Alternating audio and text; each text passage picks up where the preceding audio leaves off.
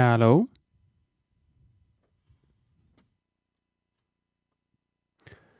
Give me 1 second to start this thing, as always. Gotta double check if everything works. I hope so. Dude. Okay. Hello. Okay. That was a pretty good sign already.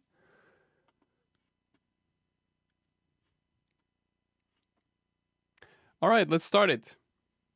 Hello, everyone. Welcome to today's live stream. I'm going to walk you through the creation process of an organic house track. And while doing so, I'm going to show you a couple new drum synths that I've recently picked up and that I just felt like testing today and showcasing in this live stream. And I do have my camera set up on this, the chat set up on a second monitor. I finally grabbed myself one and I can see the messages, which is really cool. We got Geldart's Production Park. What's up, man? Nice to have you on the stream. I do watch your streams occasionally. I'm glad to have you here. So, okay. So, we can now hop into the DAW with a click of a button. With this little Stream Deck thingy, just testing if the scenes work. Oh, that actually looks quite nice. So then you can see all the synths here on the side. Lighting isn't too great, but hey, still looks pretty good. Looks like it's working. Okay, yeah. Let's get it started. This is gonna be this project file in case I want to find it later on. How do we start? Where do we start? Let's start with, let's minimize all these tracks that we have here first. What's up, buddy?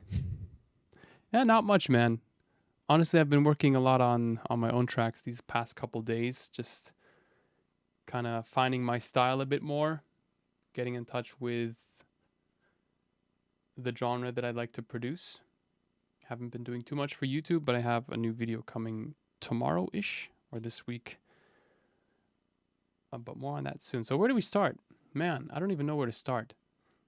So I do want to show you one drum machine that Wave Alchemy has recently put out as VST. Previously, it used to be for contact only, called Triaz. And although I do like it, there are a couple flaws that I'm going to mention, but it's a really nice drum synth just to get a couple sounds going, sequences going or from scratch. Nice synth. What you got? I got the... Wait a second. This is the Moog Sub 37 here. And behind here we have the TR-8S drum machine. And I don't use them a lot, to be honest. I'd like to use them more, but it's fun to just switch up your workflow a bit when you get used to only using your DAW. Starting with hardware synths and then moving to the DAW is, for me, really creatively inspiring because it does come with a couple limitations that I do like. It doesn't have like everything available, but it's still fun. Doing a track a week challenge. Yeah, you're really consistent, man. That's pretty amazing.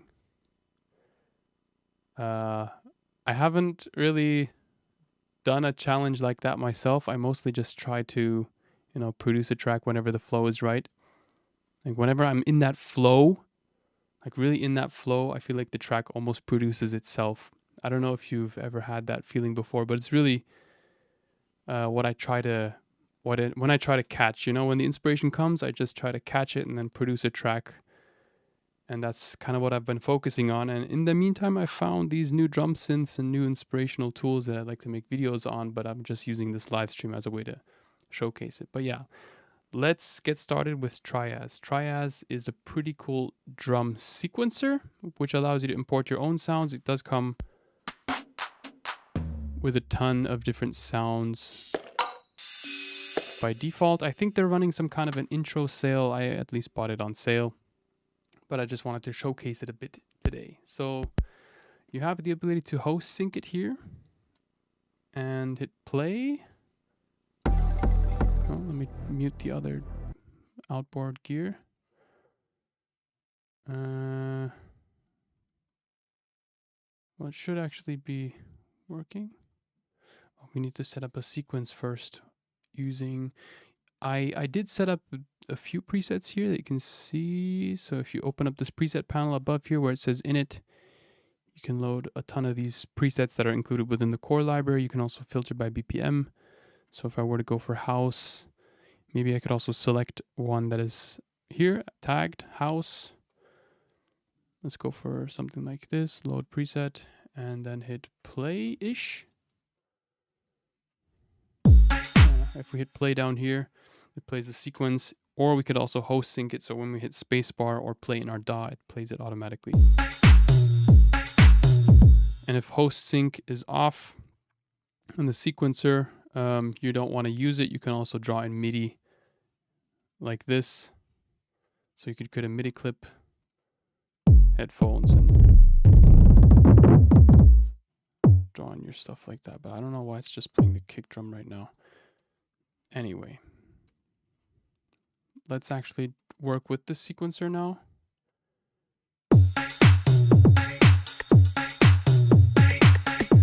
So yeah, that's one pattern that we can start with. Do we have any more people in the chat here? Let me read. Okay, so I don't, oh my gosh, this monitor switching thing is confusing. 1 track per week, struggle to finish 1 per month. Yeah, it's definitely, I don't know. I wouldn't say, like, for me personally, I don't like setting those challenges. I just like saying, okay, I'm just gonna hop into my DAW and make some music and have some fun today. And out of that, a track usually comes about. Of course, there's a bit of, you know, trust involved. You have to keep on trusting yourself to progress into the track and not just get stuck in that 8-bar loop. But it's definitely something that's fun. Set boundaries, man, it works. Yeah. Yeah, it's limitations can be creatively inspiring. That's true. I agree. But sometimes, like, I'm in a bit of a phase where I have a lot going with the YouTube channel, sound packs, and all these different stuff. So making music's a thing that I actually genuinely enjoy and that I don't want to apply any deadlines to or challenges. But that's different for everyone, right? Different for everyone. So I'm getting stuck with reading the chat all the time. Let's get a groove going here. Yeah, so this is a groove that I previously loaded up, right?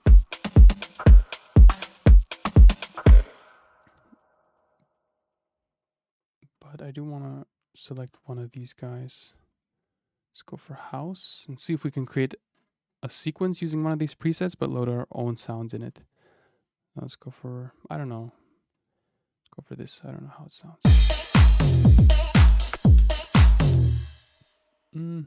This one I don't like so much. Let's keep on scrolling. Yeah, this one could work. So we got belly or belly, Chad. And now I'm just gonna swap through the samples, and you can click on the name of the sample. So we have, for example, kick, rim shot, clap. And each of these individual sounds comes with this panel, which is why also this drum synth is called Triaz, because it allows you to select 3 individual samples per sample, per instrument. So for example, kick, we have A, B, C. If you have it in the middle, it plays A, B, and C. Yeah, interesting. I don't know if it's that usable. I don't know. I don't personally need it so much, but could be fun if you automate this guy over here. Can I actually automate it here? Maybe enable host automation? I don't know. It's definitely not here. Doesn't matter. Configure maybe? Nah. Okay, so let's load up a couple samples. Click on the kick over here. By default, you have all your samples loaded. You can also import your own samples. I have them set under user samples. I honestly forgot how to load them in, but I did load all the individual hits, one-shots from the Afro pack in here. Once you hit refresh, it then rescans your entire library and it shows you all the sounds that are included. Where did I do that? I think plus? No, we don't want to create a playlist. I forgot. I'd like to actually import a couple groups, but I forgot. I just got it today. Let's see, how does this work? Afro drum hits. Yeah, let's just select a nice kick. Preview. This one's nice. Okay, just rim shot. Let's go to Afro drum hits, and it automatically tags your rim shots, which is nice. Let's go for this one. Claps.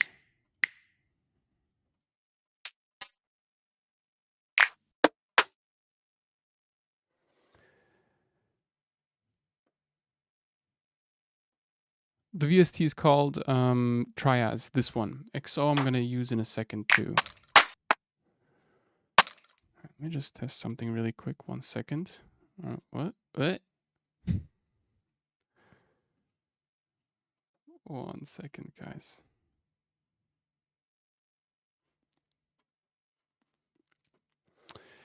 Yeah, I think I'm going to do a bit less talking. I feel like I'm talking way too much. I just want to make some music.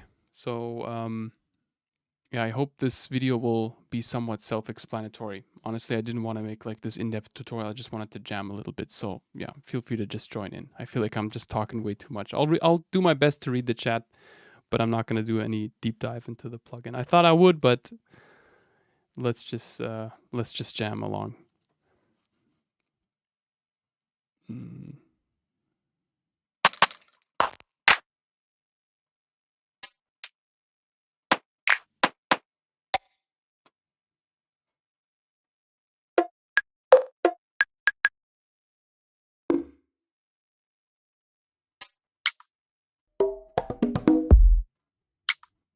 Because I feel like I try too hard to explain plugins and devices, and I end up just getting confused. So I'm just going to use this device the way I would use it. And yeah, for those of you who want to dive deeper, I guess I should either make a full tutorial where I fully go through the sounds beforehand, or you could watch it on YouTube on some other channel, I guess. But today, just producing. Just having some fun here.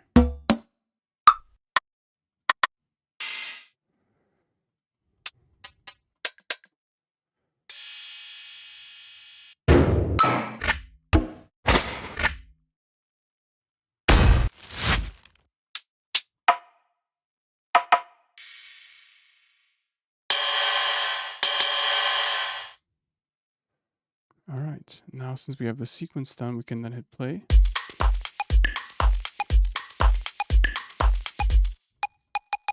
So this one's kind of weird. Let's randomize this.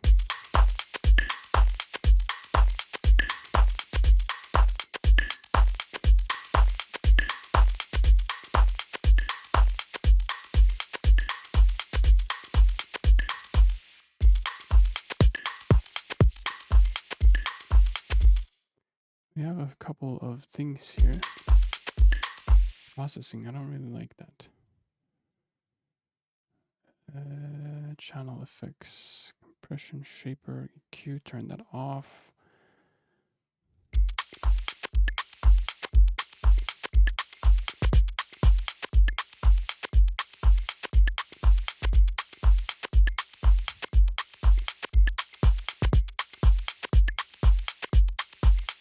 And then I can randomize the kit.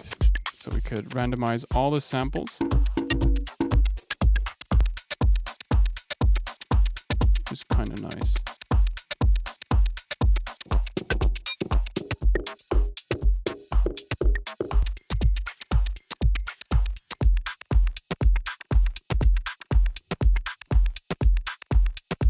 So let's mute the kick for now. And let's resample that. So let's export. Where can I export it? Here. Yeah. Let's go like this. Then like this. Nice. But did it export everything? Oh no, it actually muted the kick, which is nice. Let's go like this. And now let's take just the kick. So let's go back. Triaz, yeah. What's up, Alice? Nice to have you here, man. What else do we have? We have the kick, right? The kick is what I wanted. So let's grab that.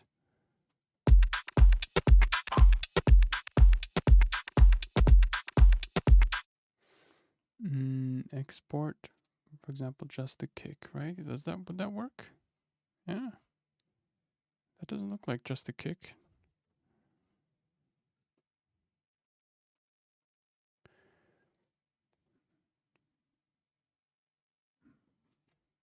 Getting some kind of radio frequency on my speakers. Also, don't know where my cell phone is. I got no. Okay.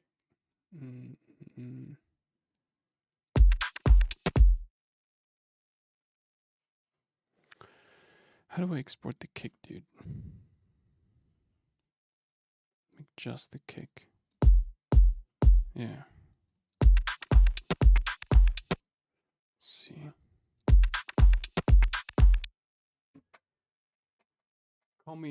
Call me Ross. Okay, gotcha.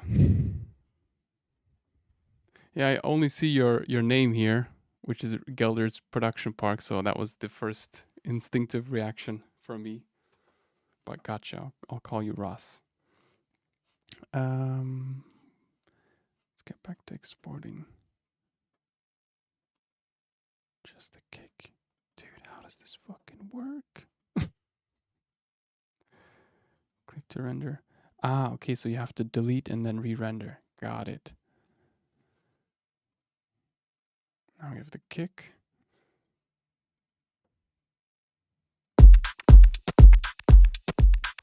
Awesome, that is great. Now let's regenerate the sequence, this time with the kick being muted.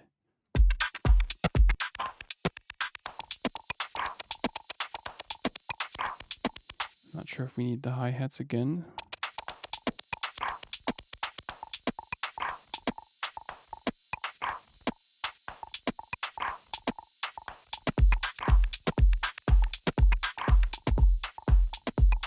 I actually like this way more. Go back into export, delete.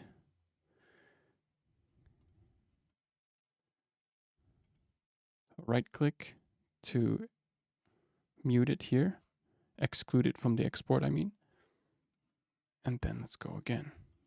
Let's just keep going here.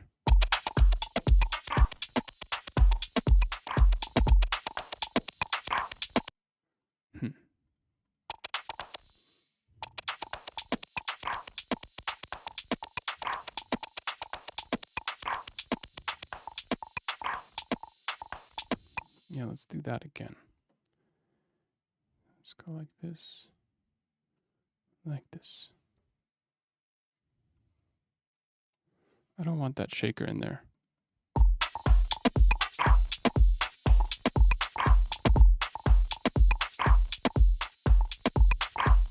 What's up, Nirmal?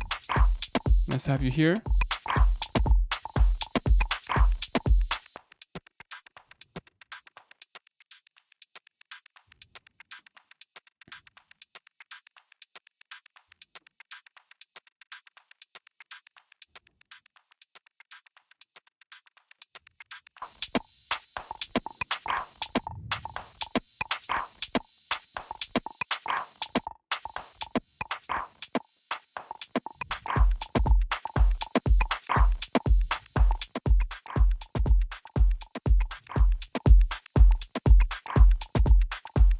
Fair enough. Let's keep on going though.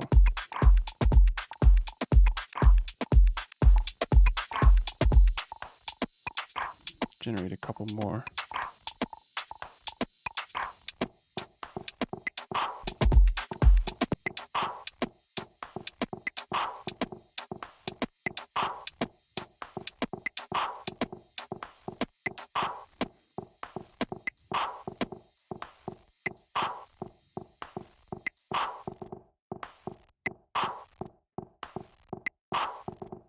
That's nice.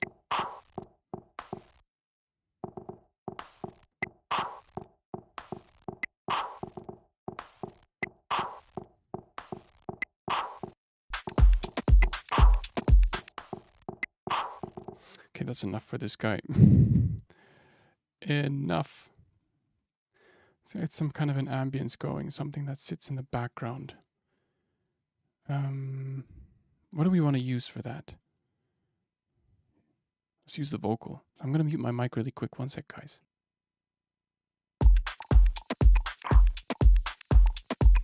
Ooh, wah, wah, wah, wah, wah, wah. Okay.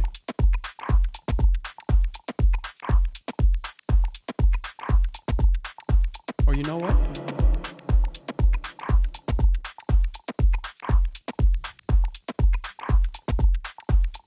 1 second.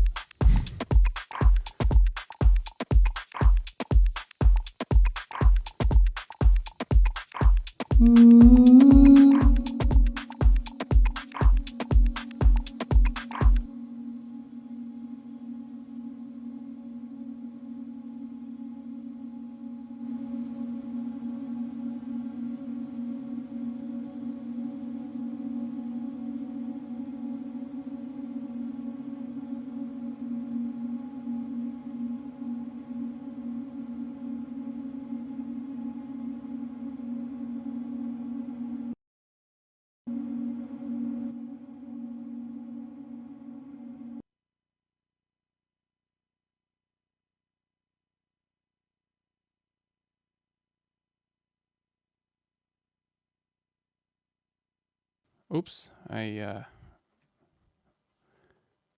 just had myself muted accidentally, but I want... Hey, what's up, Mason? I just resampled my vocal into a new layer to maybe add some kind of like a rhythmic pad to it later on. So let's see if we can add some harmonics to the vocal now. Maybe change the algorithm here. Springs. What? Wow.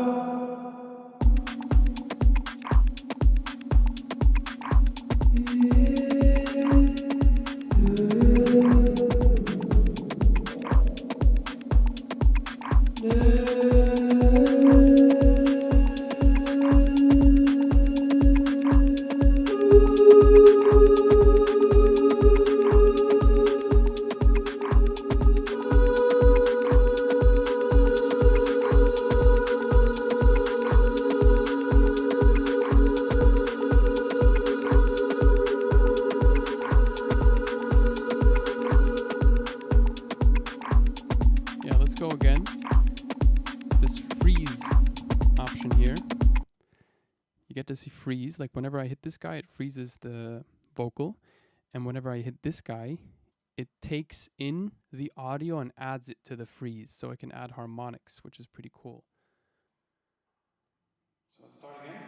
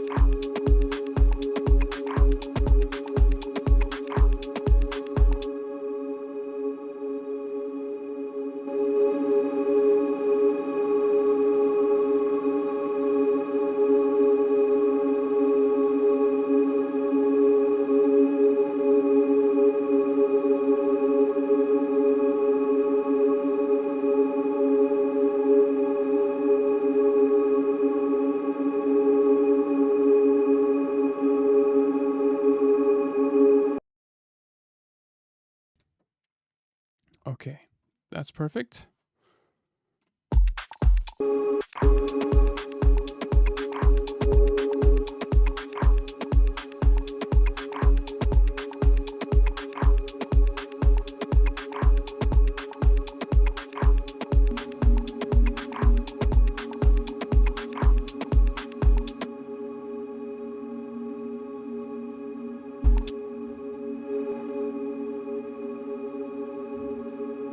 What can we do?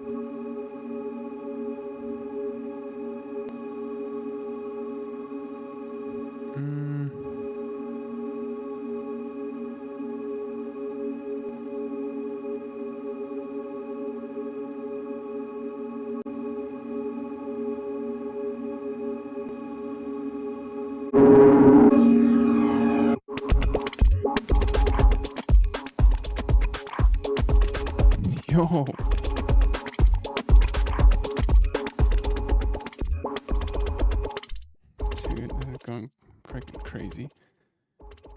Anyway, let's see what we can do, yeah? What's up, Tours? Tours Nebula.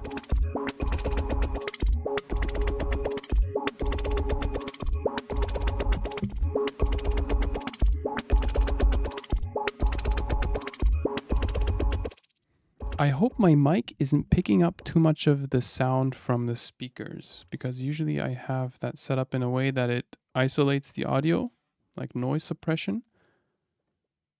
But I do see a bit of the sound being picked up. Do let me know if that's annoying. Yeah, if it's annoying, then just let me know and I'll switch to headphones. Yeah. Okay, so what do we got here? There's a nice little subgroove to this guy here. I like it somehow.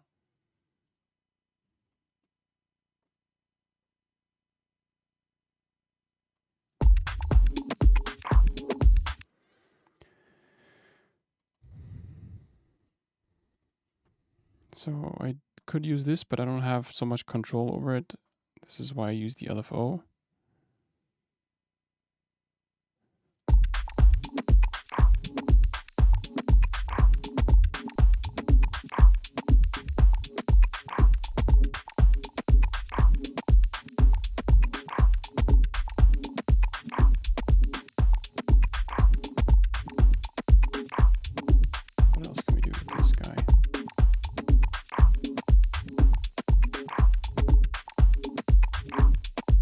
What's up, Peter?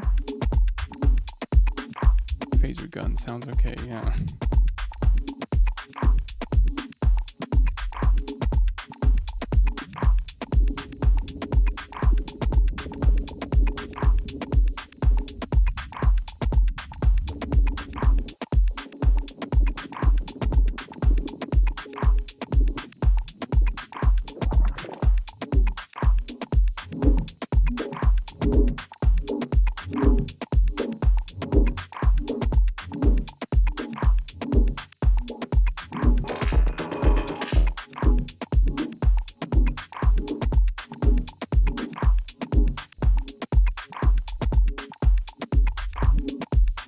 Not sure. Let's see. What else we got?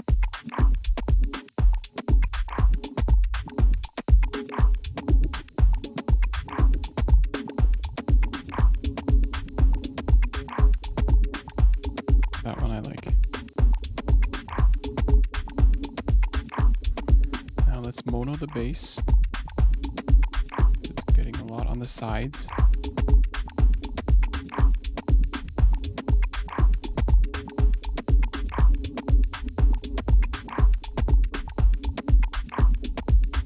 Change the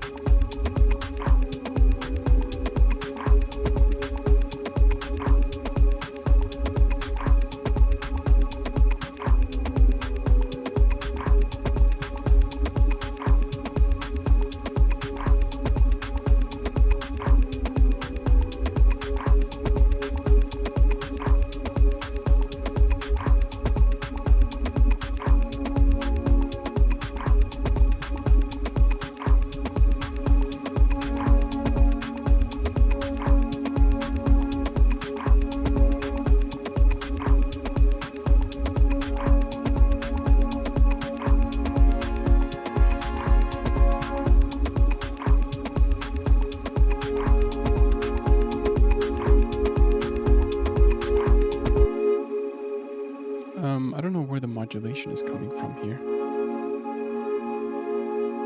I actually have no idea. This is sounding beautiful as freak.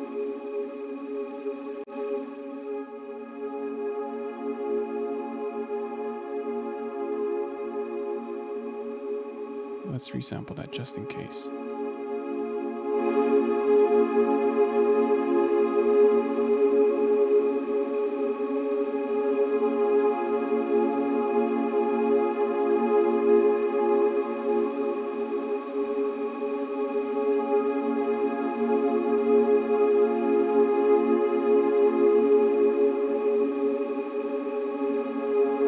was all from the vocal.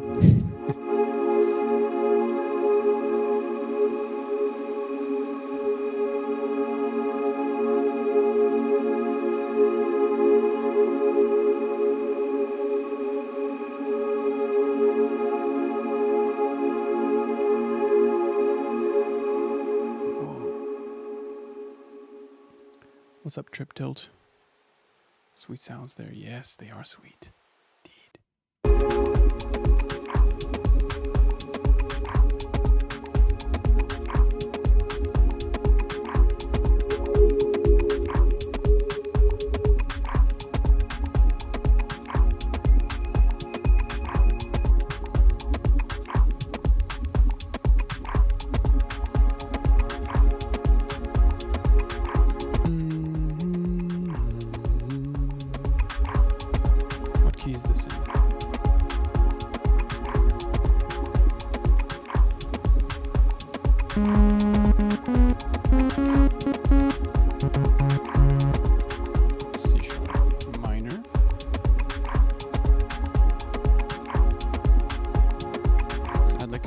Groove to the background.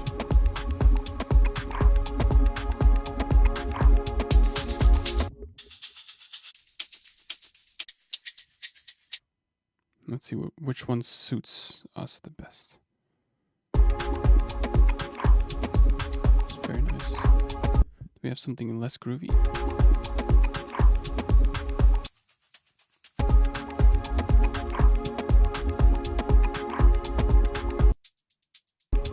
Like the hi-hat here.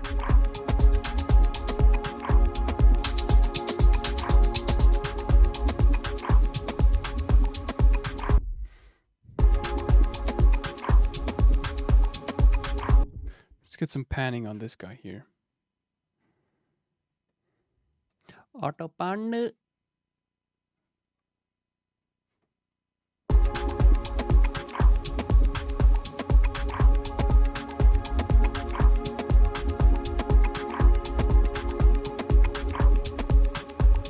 Did promise to use the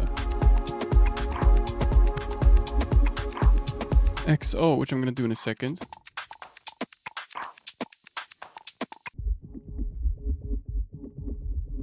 Yeah, I don't know. It's not really...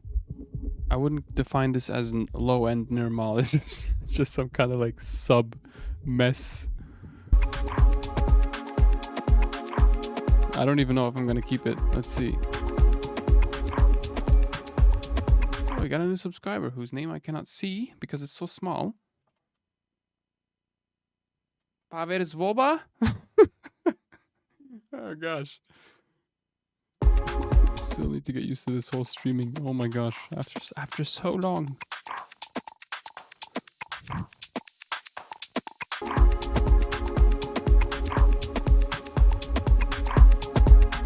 I like the kick though.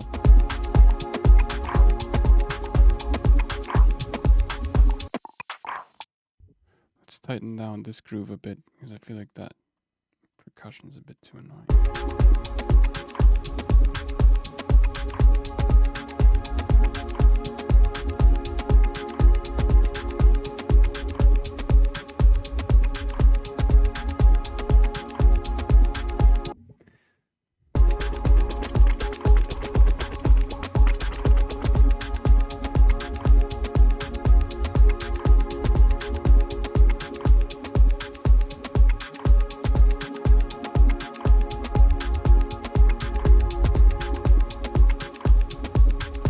See if we're gonna keep this. I don't know. I have no idea.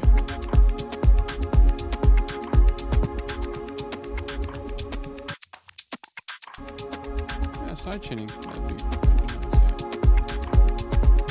Yeah. I just don't feel like I want to get too caught up in technical stuff too soon. You know, that throws me off a lot. Like if I set up sidechaining, like if it's unbearable to the point where I feel like, oh gosh, this thing needs some sidechain, then I'll do it. But honestly, it just throws me off. Like 90% of the time, when I dive too deep into the routing, the sidechaining, the EQing, compression, etc., I just try to get a vibe going first, you know. Definitely a good point, though. I don't know if I'm going to keep it, you know? It's just an idea, just a rough sketch.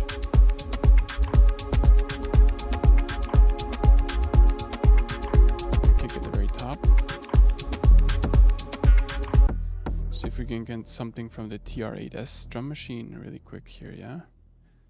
Let's go for this. Oh gosh, the lighting sucks. You know what? I'm not going to actually do that because I feel like the lighting is terrible. No.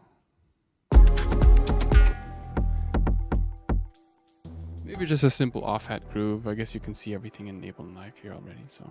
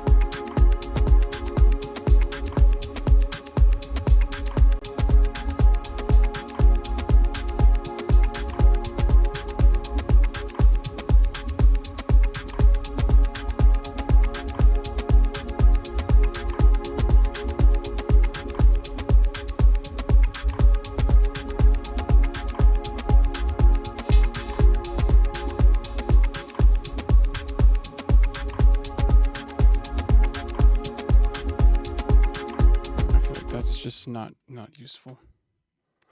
Anywhere.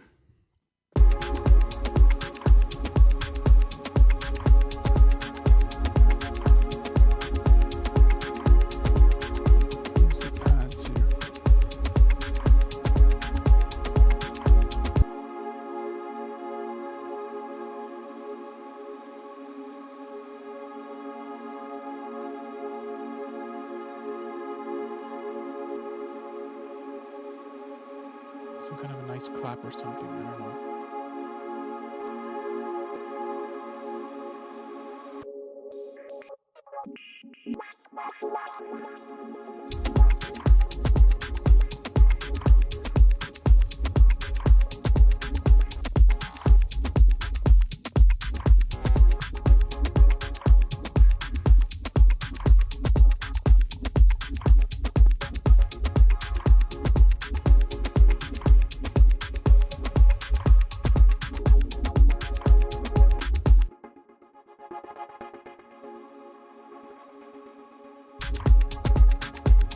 What's up, Gutter God? Nice to see you here, man.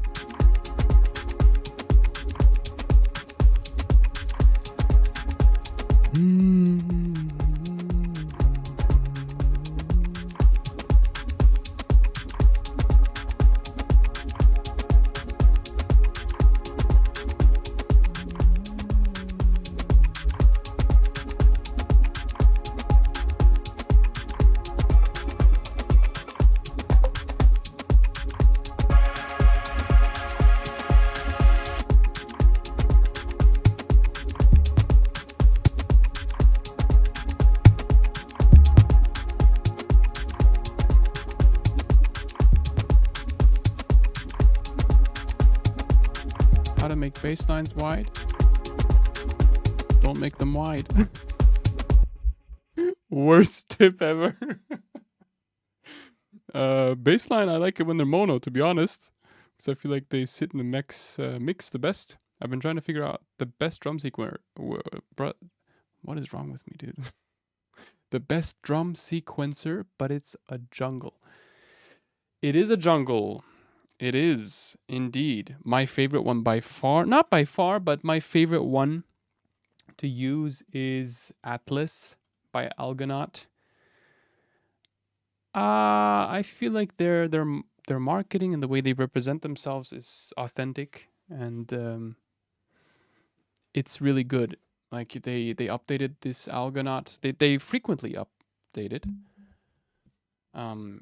But they've added a sequencer, which is kind of new. And for the sequencer, you can create random chaos, variations, but also you can create new sequences from presets that you have pre-installed. I don't know where to grab them, to be honest. I think they must be somewhere. They're somewhere here. I don't know where exactly though. But you can create these maps, which is really cool. So you can, let's say, create new map, and then you can add your folders here. You can click add, for example, just the sounds. Oops, now I have this accidentally created. I don't want to create that. For example, Splice sounds, all the LotusTunes stuff is in this pack, sample market. So if I want to go for something more minimal house, then I create one from the sample market. If I want to go for something more techie, then I use Audio Tent. So Audio Tent, we could, for example, use it. And now we can create a new sequence. So it generates us a sequence and new kit. So if we hit play, if we solo the Atlas, it takes us samples from this entire map that we have here. By the way, we can also, similar to XO, preview the sounds with this little click button. You know, it has a similar way of functioning. You also have this different type of view. You have the Earth, Galaxy, and List. List for me doesn't make any sense, but Earth is kind of a nice overview. You can also select sounds this way. Browse through similar sounds that are close to that particular sound, and then you could just chuck it in here. But what I mostly like doing is just getting a groove going like this. For example, this is fantastic. It adds like this high-end groove to my track. And I could either resample it or go into export and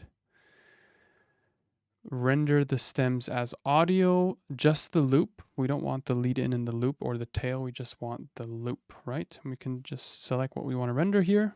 Click render, drag and drop. There we go. Now it's somewhere in that track that we've just dragged it into. Close this, close this. There we have it. See? You can also export MIDI, which is great. But you can do that with a few of the drum synths that are out there.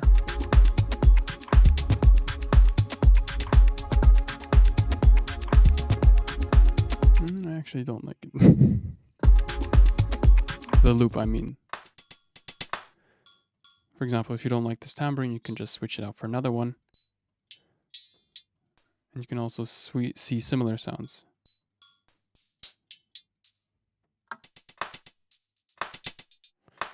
Or then again, if you want to create a new sequence, but you don't want to completely change it, you can just go variation, new sequence, and it creates you a variation of that sequence. That alone is, for me, it's really, really, really valuable and well programmed. I believe you can also create a larger pad, like 8x8, some stuff like that, which gets really trippy.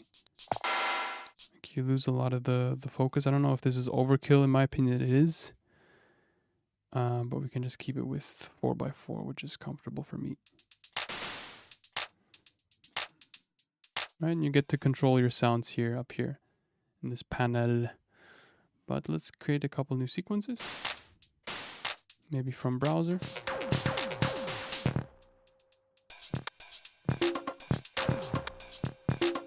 So there's a lot of stuff here.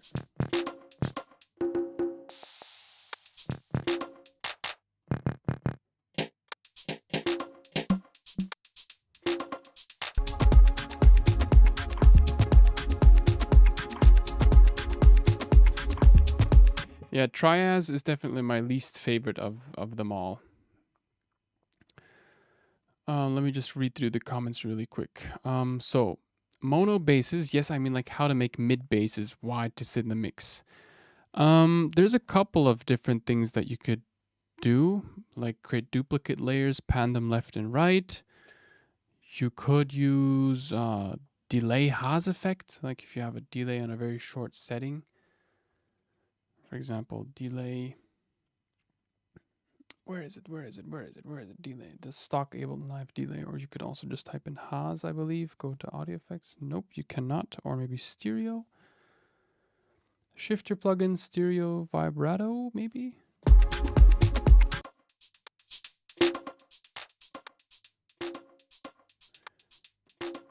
auto pan, subtle stereo.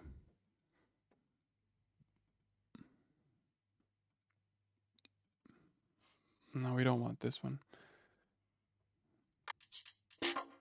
You see how it also becomes stereo? If you have delay times that are really short, sounds start to like their timing is offset in a way that makes the sound wider. It's called the Haas effect, H-A-A-S.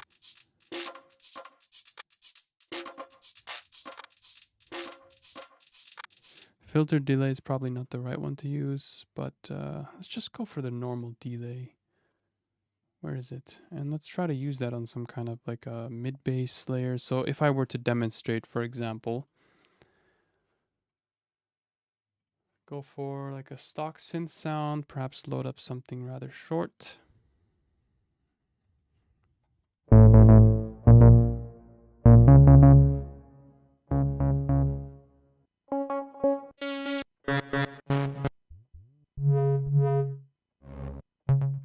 So this is a good mid-bass sound, for example. Let's make sure that it's also in the mid-range. So go like this, maybe. And let's see, you want to have this wider. Go delay. And then go delay. Unsync the channels, unlink them as well. Make sure it's in time. Select that mid-range. Set one channel to 130 and the other one to 160 or something like that. And you get a wider sound.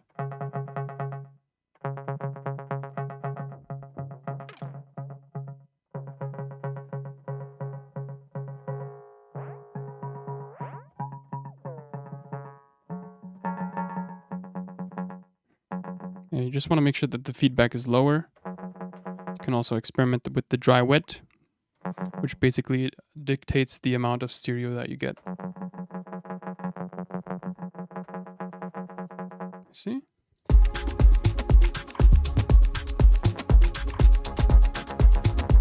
It's actually a kind of nice sound. Let's quantize that here. So if we want to have just a little fill here, that's nice.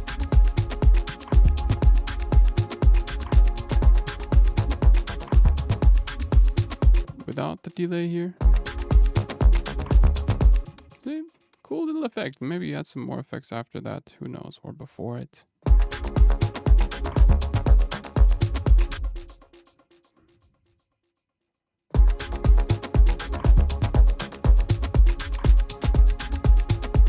For like this yak delay. Yak. I'm a fan of the Safari plugins.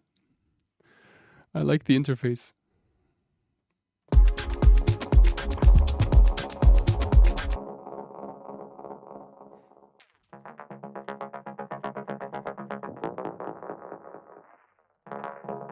Oh yeah, let me continue to read through the comments here. One sec, guys.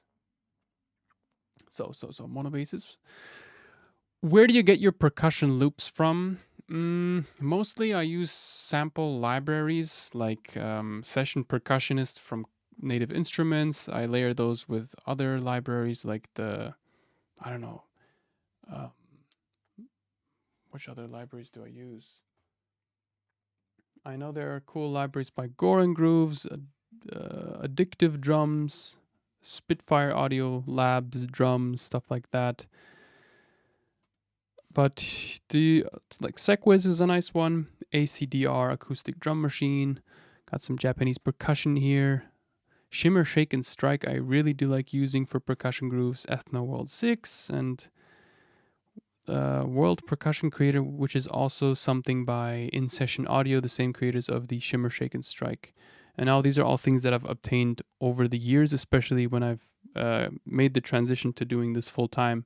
I've been able to afford these plugins, but honestly, sample packs, also Splice, if you want to look for something that's more affordable, Splice is really good, subscription-based, also arcade output and that kind of stuff.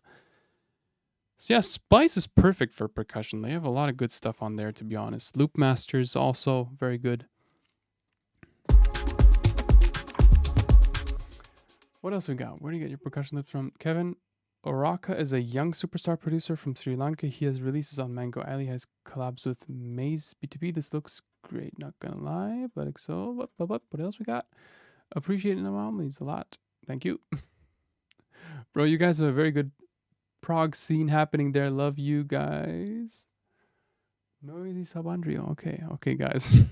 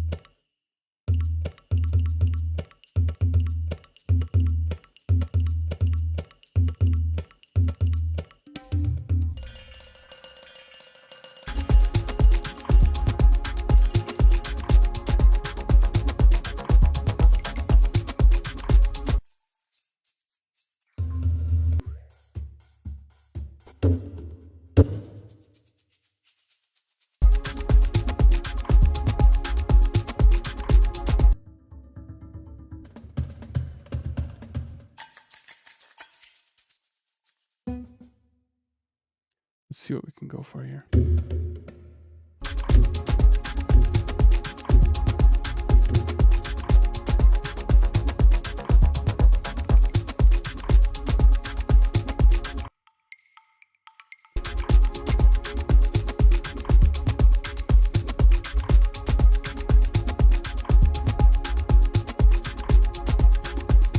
Don't feel like using it.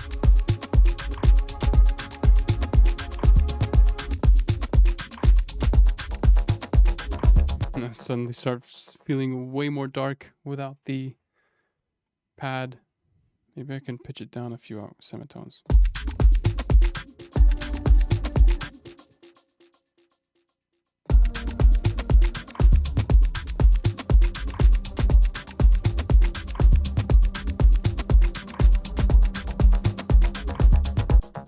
Let's keep it like that first. What a nice VST Sequis, don't know about it. Yeah, it's actually kind of cool.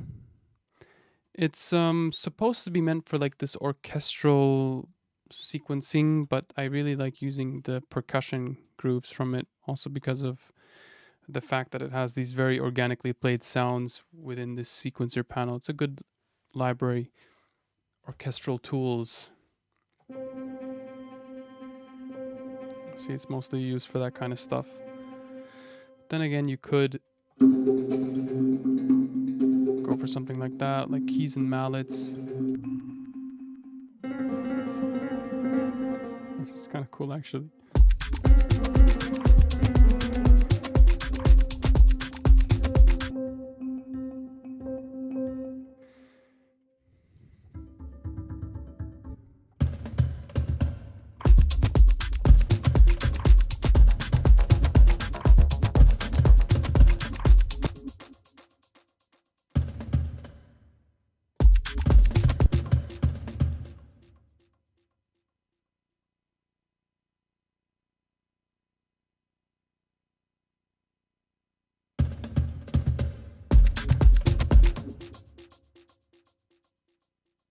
And then what else can we do with this? Let's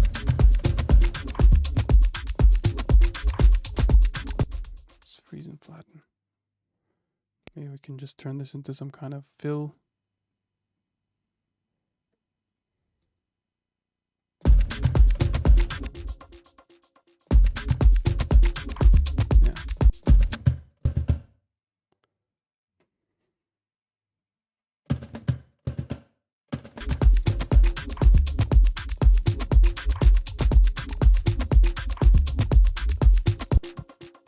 Sequis is $200? Holy moly.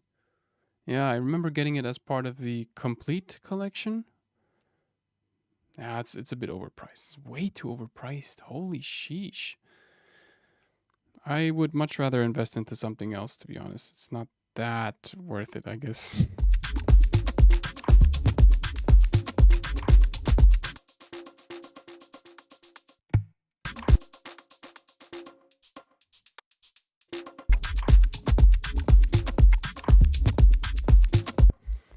Let's just resample this here.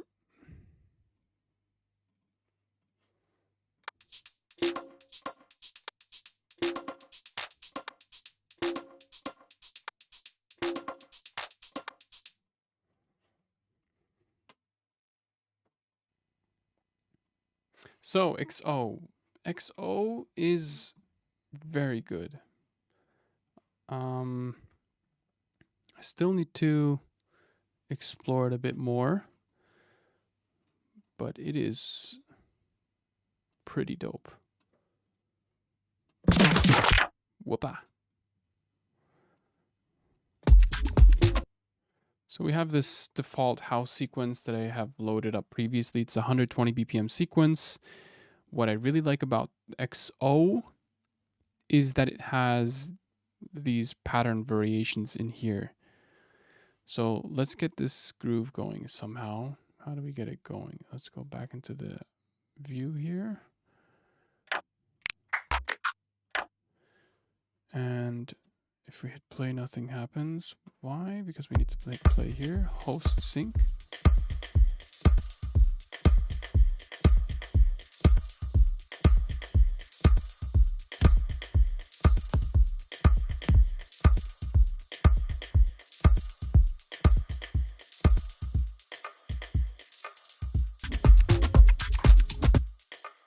Sounds freaking fat, dude. Holy moly. And then you can go into the edit panel and then further edit your individual sequences here. There was a panel that I really liked, which I don't know how to find at the moment. Oh, yeah, here. Beat combiner, yeah. Which allows you to combine different beats either individually or as a whole row.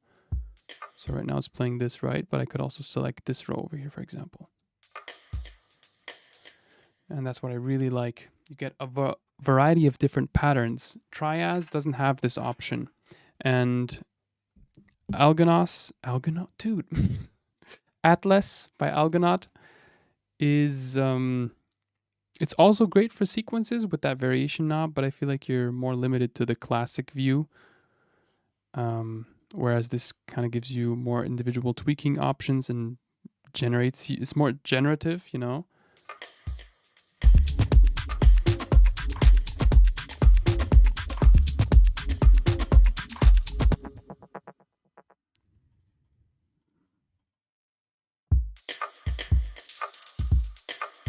I don't know if I want that tom though. Where is that tom? Didn't I mute it here?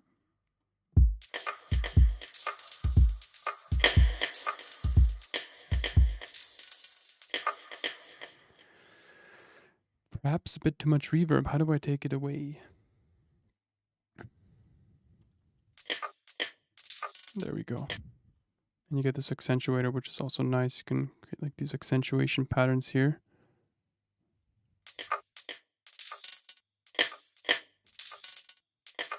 I like that. Really cool. Are the samples on your system or is it a streaming library? Yeah, the samples are on my system actually. Yeah, with XO. It's kind of intimidating though. It's kind of like a complete new DAW. I thought of that at first as well, but it's surprisingly simple to get into. If you, I personally, look, one row, sample, panning, envelope, pitch, tone.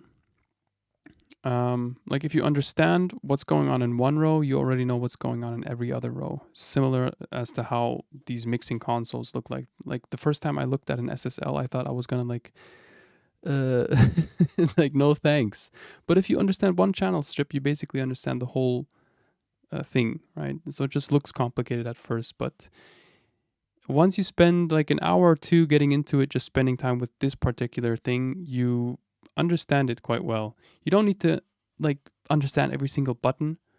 Just try to tweak and see what comes out. That's usually how I learn these drum synths and new devices generally.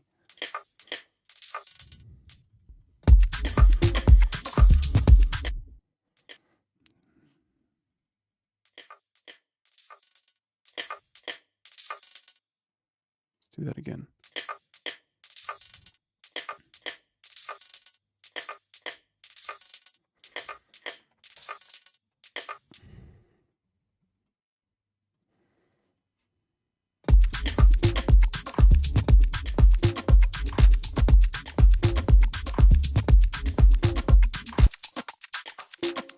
Yeah, there's a lot going on.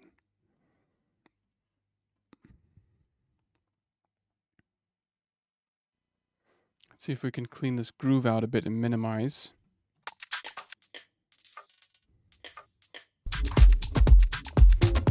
So this one contributes well.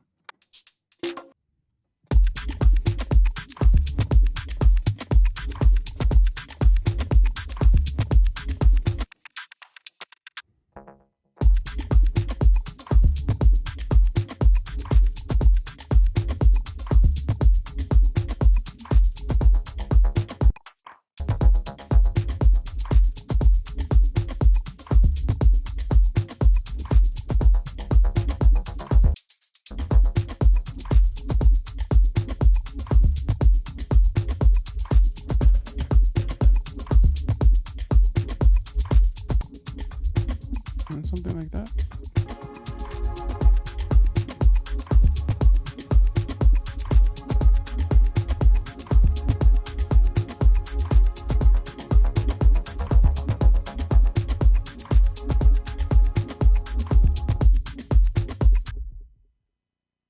Yeah.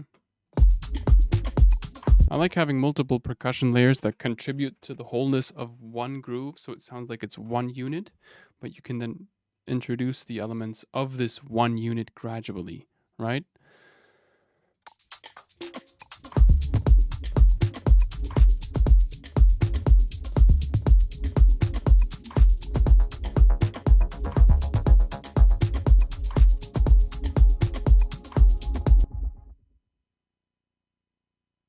Let's make the bass red.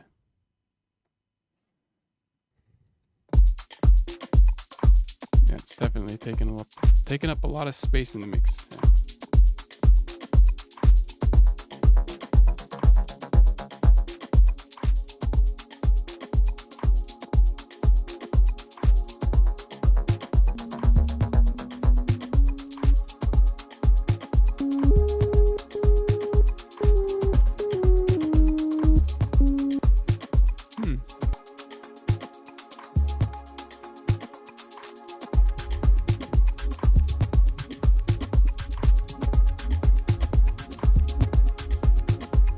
Go for some sample that transitions into this.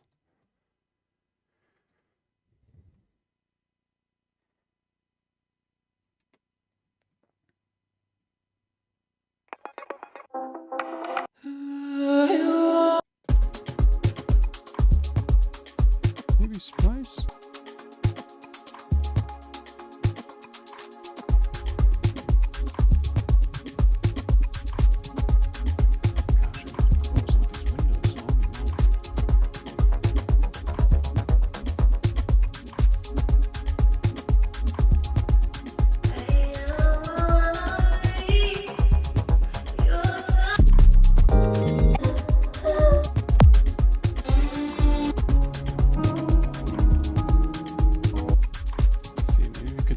Something here.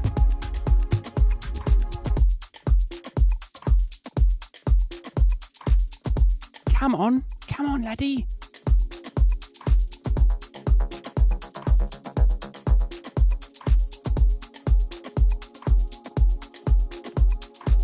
Yeah, that's kind of annoying if you're using third-party plugins. You just have to open up multiple windows and it kind of throws you off, but it's okay.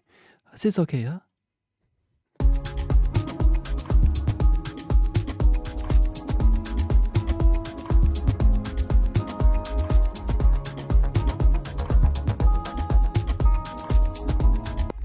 Going to use the whole thing, but just like snippets and turn that into something. Let's see.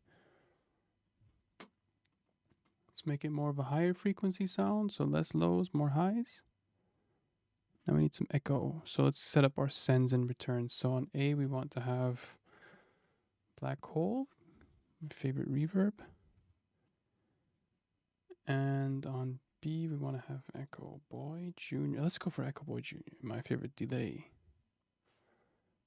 100% mix, since these are sends. Now let's keep it on studio tape. Just take out the lows, right? We don't want any lows. Take away the delay, EQ, like this, because we want to just send back the clean signal without the lows, right? Maybe a bit of saturation. And now let's chuck it into both these channels. Less highs. Let's make it more of a mid-range sound. Yeah.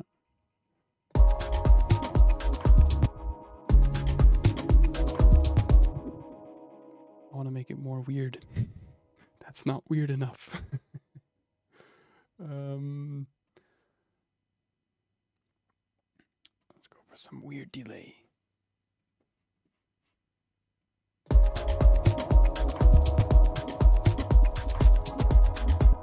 Fuck yeah, dude, let's go for that.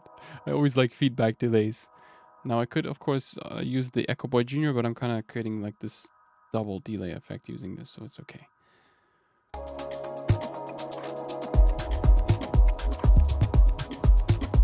Bum bum bum bum.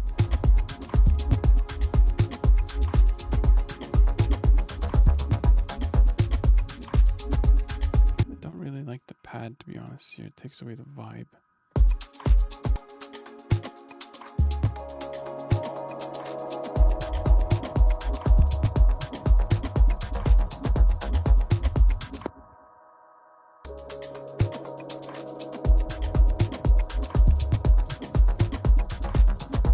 Shift control.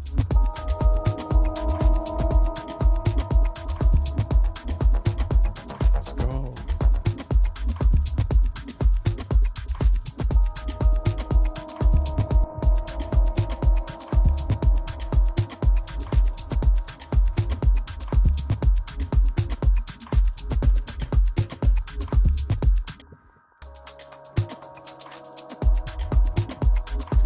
Hey,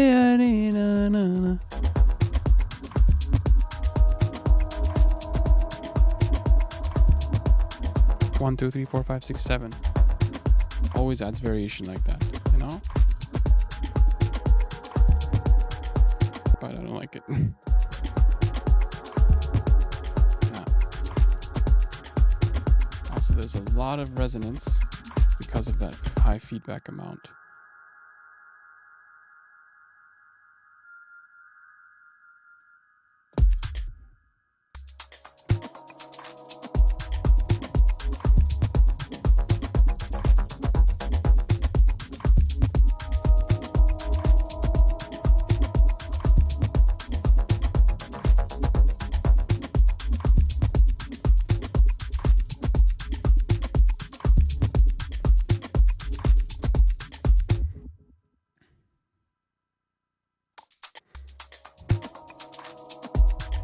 Some more samples here. I think acoustic guitar should be Atmo. Good idea.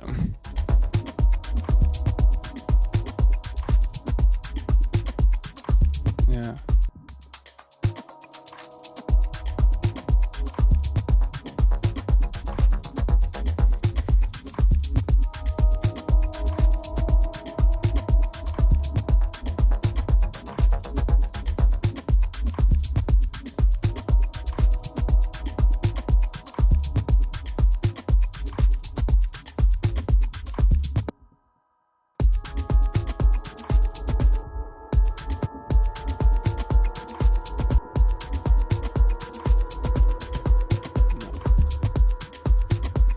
Something new. So let's duplicate this channel here. Minimize Ableton Live.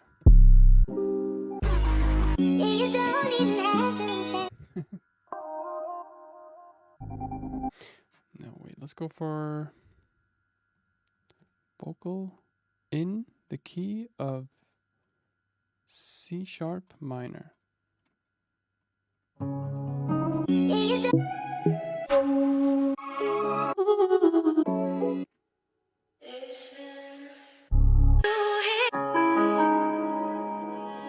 That's nice. We could probably use that.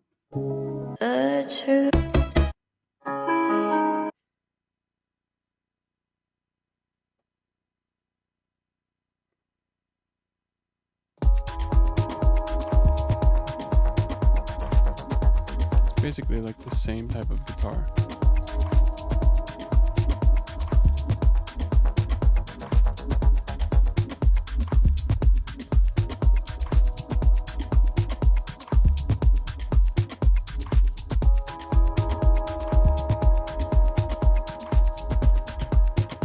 reverse it. Select a different part.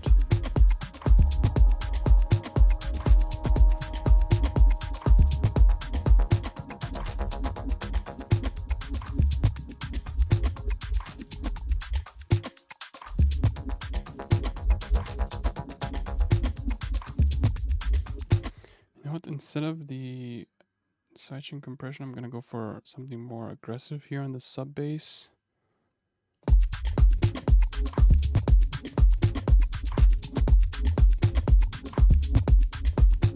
Yeah, the pads are definitely off vibe.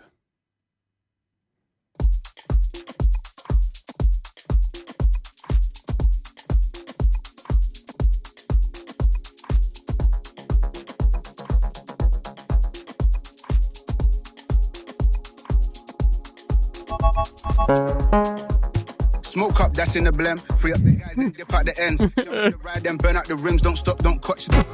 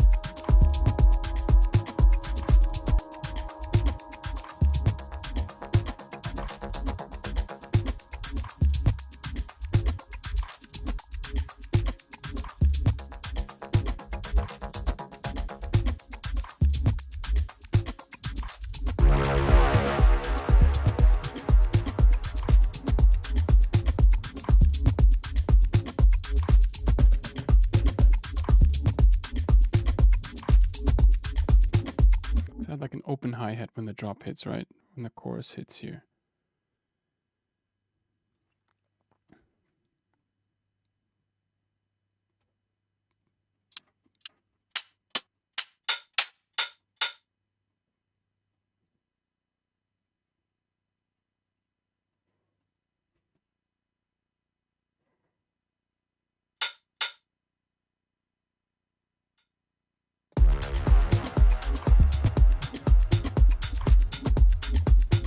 What's up, Razindu? Thank you, Zerum. This is fresh. Thank you so much. All right. We need some kind of a ARP here. Anything new? I don't know.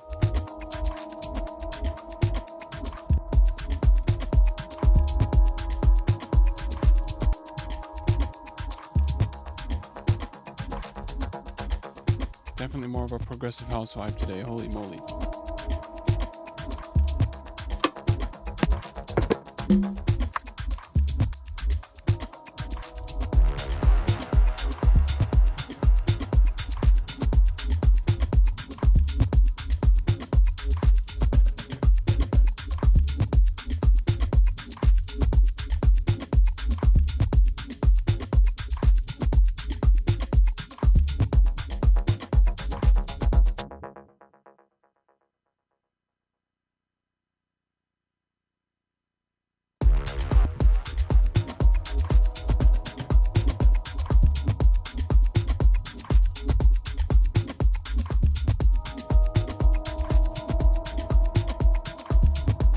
Add a top and bottom to all your kick drums.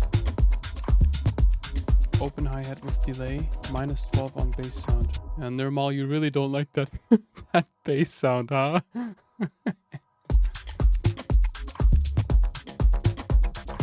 I think I just need to completely switch it out, yeah. To subby. Let's see if I can add something else for you, Nirmal. Do you add a top and bottom to your kick drums? I don't really like tweaking my kicks too much. I like selecting one kick from the start that suits me, and that's it. I do not like overcomplicating kicks.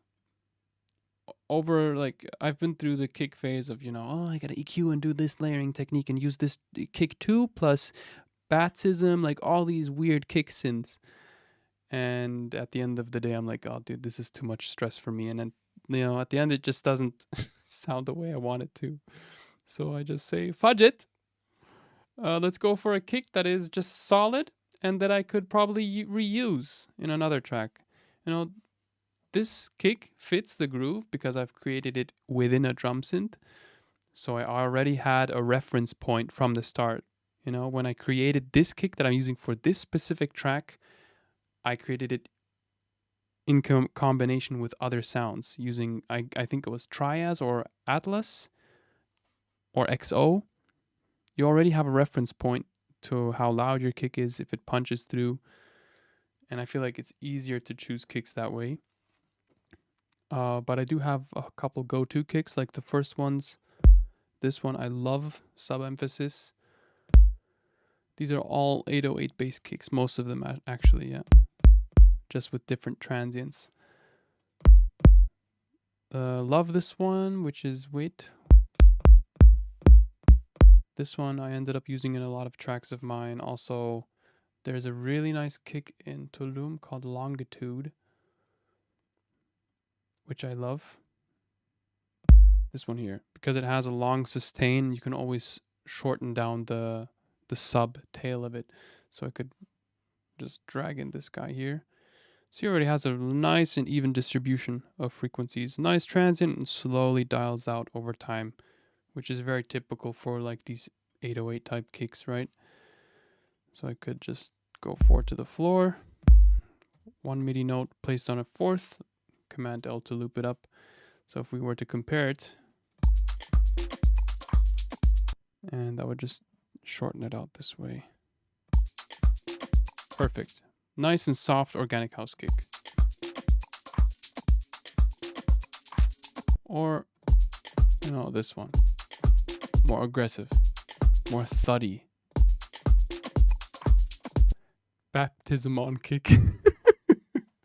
No, I meant Bazzism. It's my favorite kick synth tool.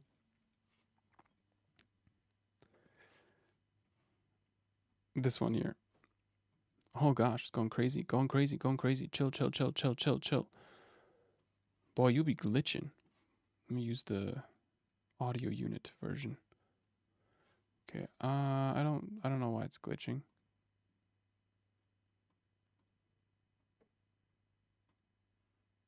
There we go. It's really good. It's very nice for psytrance kicks, but I like using it for organic house. So you get your psytrance kick there.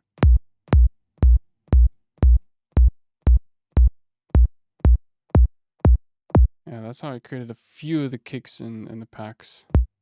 See, there we go. Nice kick. And you can tweak further an envelope here. See, I have like all the control. It looks so stupidly simple, this interface, but you get to visually see what you're doing, which is amazing.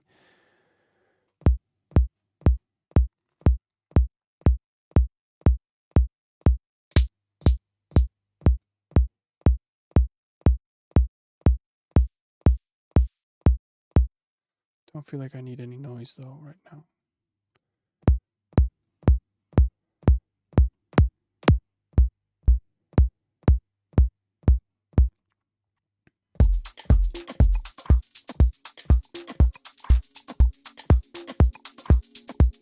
You literally have all the control over your kick drum here, and then you can later on maybe add it with some kind of an organic Foley sound if you're going for organic house kicks or something like that. Great, great drum synth plugin. But yeah, for those of you who are nerdy about kick drums, that might be a great tool. Kick 2, I'm not so much of a fan of. I feel like the interface is too complex, too much. Says the one who uses all these, yeah, definitely not complex at all. Ah! Anyway, love your streams. Keep it up. Thank you, Lube. Slow phasing drum layer. I don't know what you mean by that. After the pad is gone, it's more progressive. So yeah, where were we? Gotcha, Peter. Peter.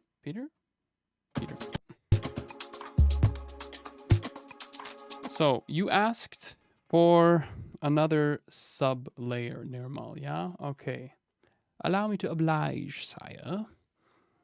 Go for... what's the key of the track? C sharp. Since I'm too lazy to go for bassline and I'm a modular freak, let's go for Sting on Diva. It's also kind of a nice sound to start off with, but it's too low octave, so let's go plus 12 semitones.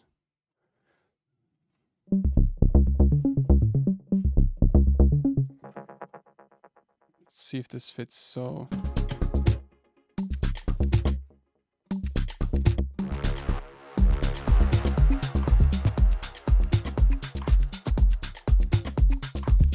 it sounds so progressive though, I don't know.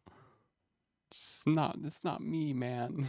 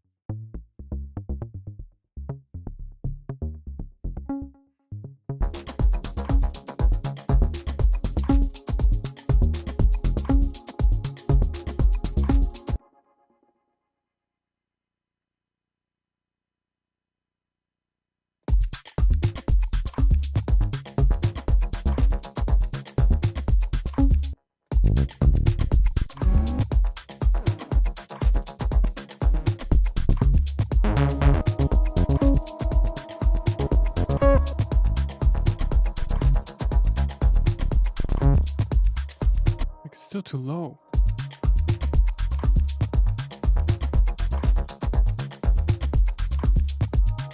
Let's go for an LFO tool, chuck it here.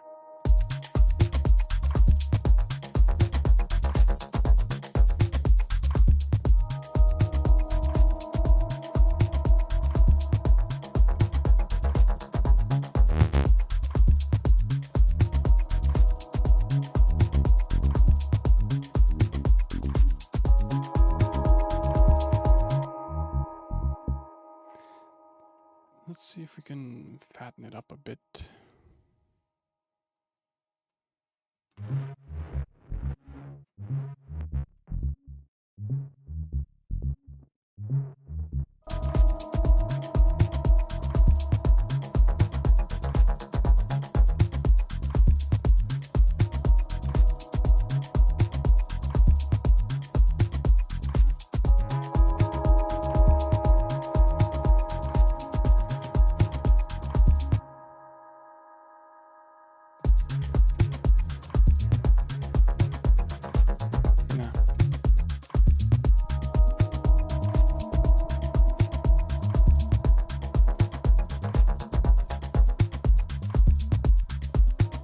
Yeah, I'm not so happy with this bassline. I feel like it's getting too tweaky anyway, but what I might do is just resample it.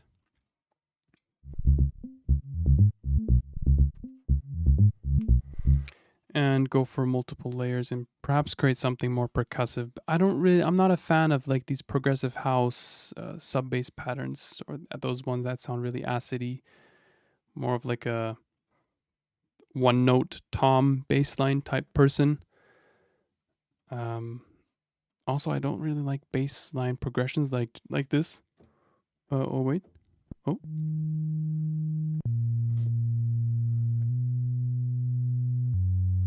I'm not that type of person either. I don't know. Like the ones that I like the most are the ones that are really simple, almost like a tom, really percussive, you know, those kind of stuff. So then I would just continue to further chop it down, for example, like this. Maybe just use a single note out of that entire thing here.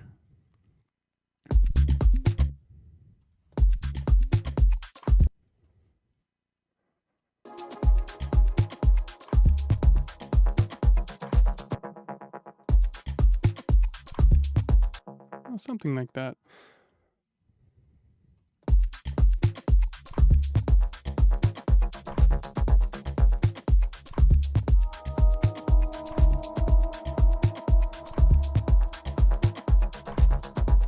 I feel like we're missing some high-end stuff, like a hi-hat or something.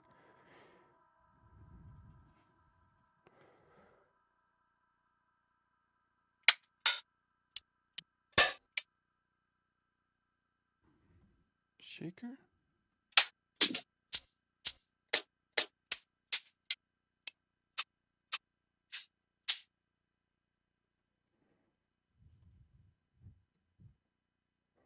go for MIDI.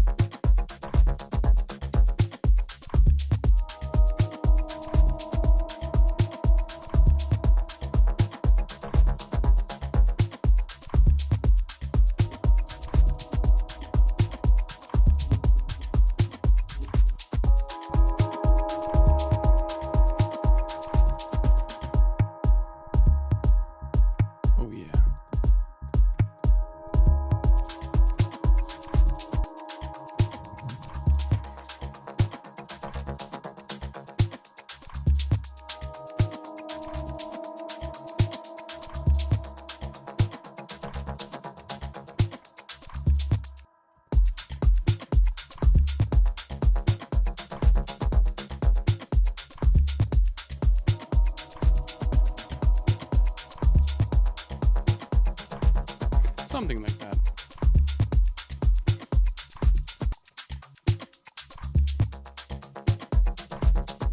Still feels really empty though, the track, I feel like. Need some more echo flatters.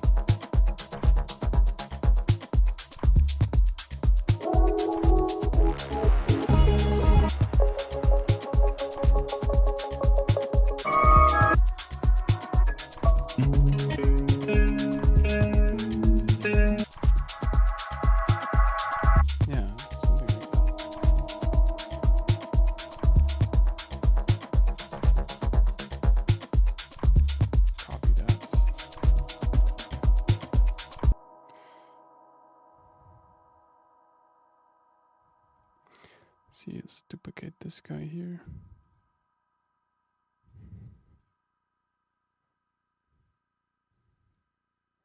Like a massive echo type thing.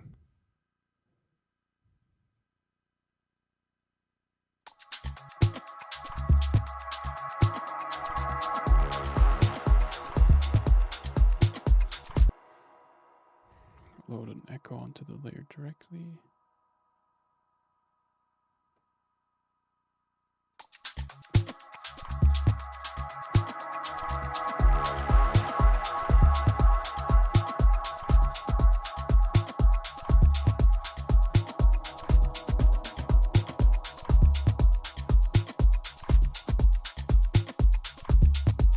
Oh.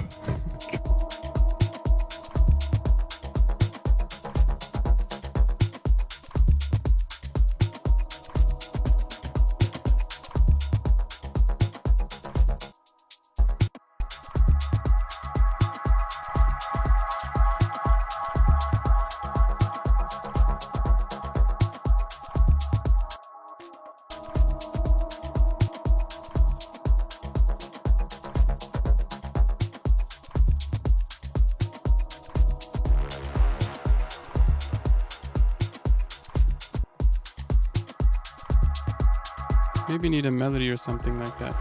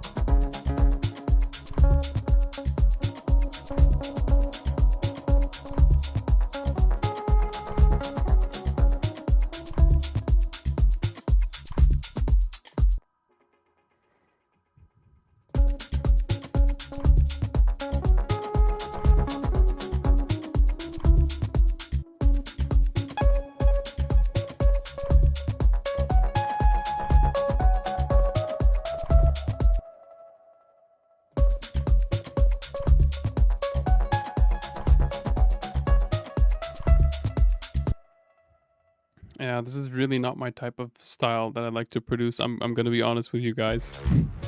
I mostly like the really chill organic house tracks. But it's good to try out different styles every now and then.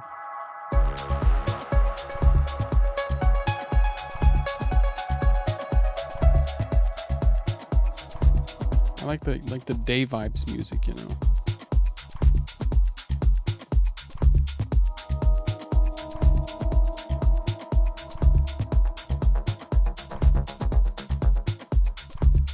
More of the ethno organic stuff.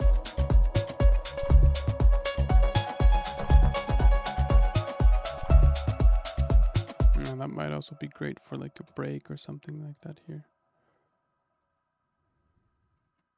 We could just slowly take away a couple of the main drums. So where is it? Where we wah. Didn't I have like an open hi-hat here?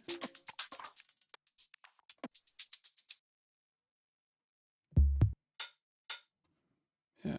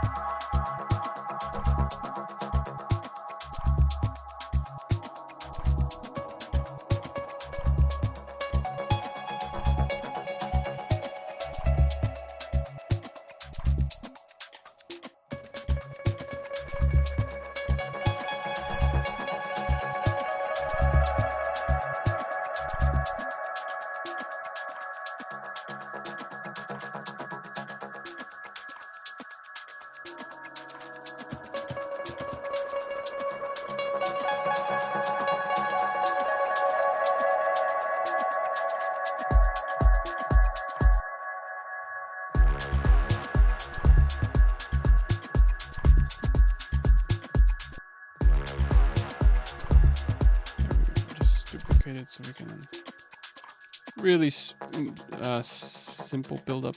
I don't know.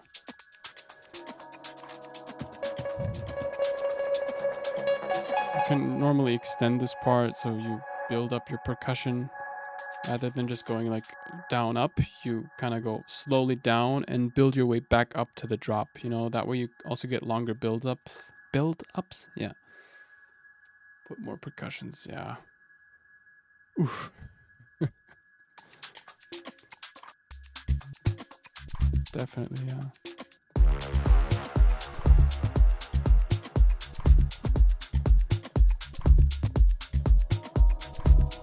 could do something like this, perhaps. Speaking of percussions.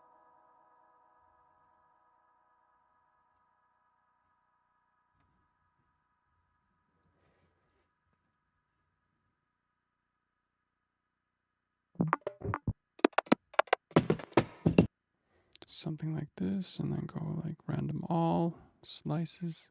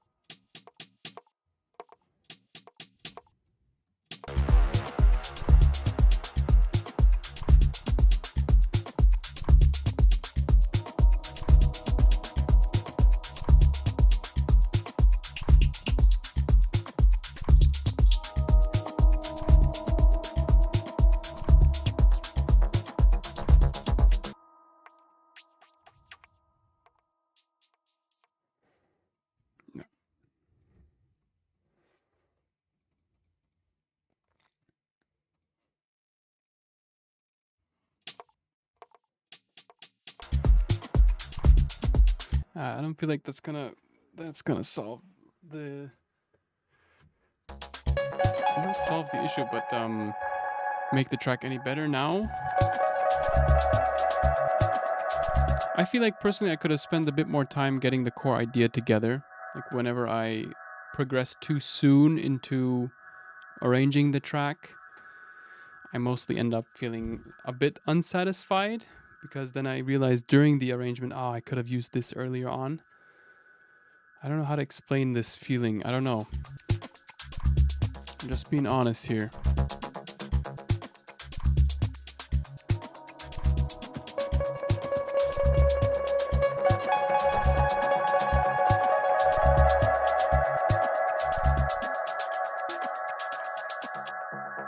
Reminds me of this beautiful work. Lucas, Secret Holidays, Yoko's Off the Map dub. Feeling doesn't go away. It sounds like it had a really cool impact on you. Lucas, Secret Holidays. I'm gonna have to check that track after the stream.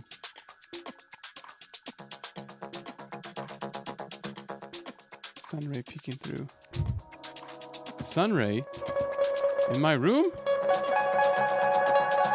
Where? It's pretty dark, dude. It's at night. Oopsa.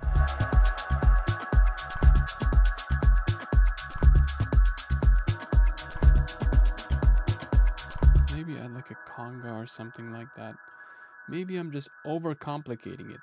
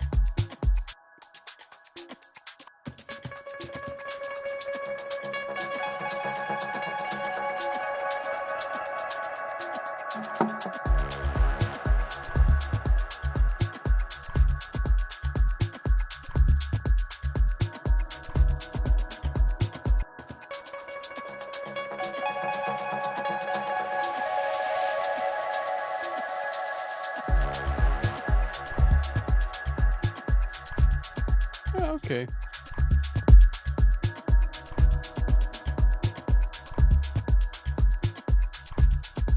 Yeah, went into a completely different direction than I originally thought I would go today. But hey, why not? Gonna give it a quick little rundown here. Not gonna do anything too special now.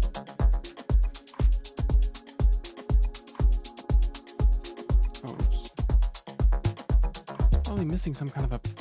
It's missing some kind of like a background texture or pad. The pad that I took out from the beginning. Since then, I feel like the track was missing something. Let's see if we can add some kind of a pad or background melodic texture. So we are in minor. Minor.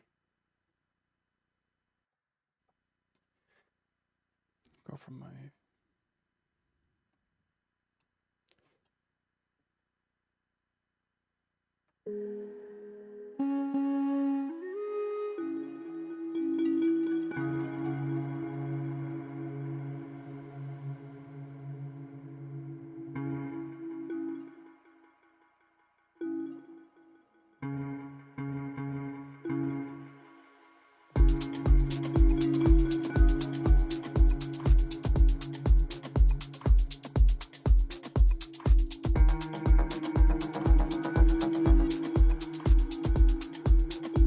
See if this changes anything.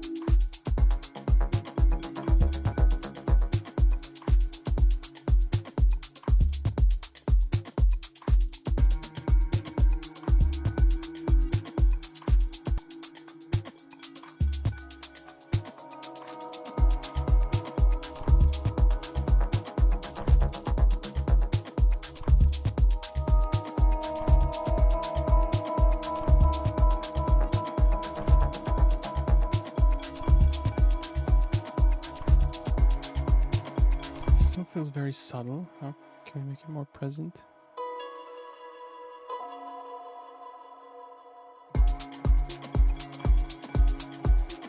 More layers, yeah. I don't know. I feel like when I, from the beginning stage of a track, can put a vibe together using as little layers as possible, then I know it's a good track. When I feel like I always have to add something more, that's usually not a good sign.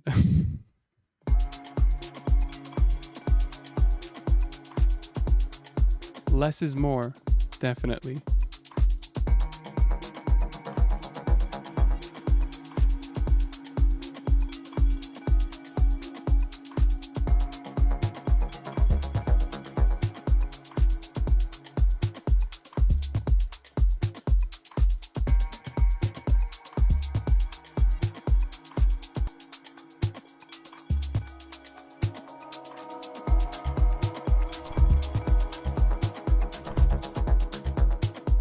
So what's Voxingo telling us?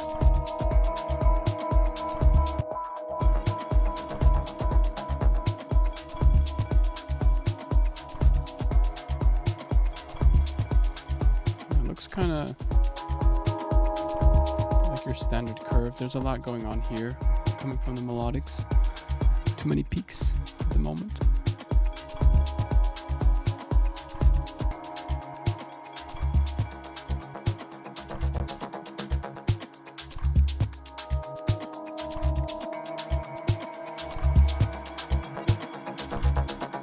Which elements are peaking.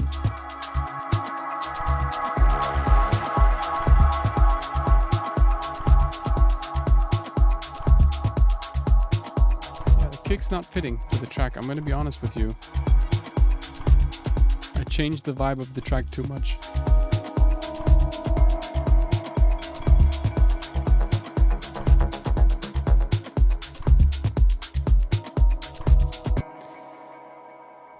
But let's try adding more layers, Nirmal. Let's try it out.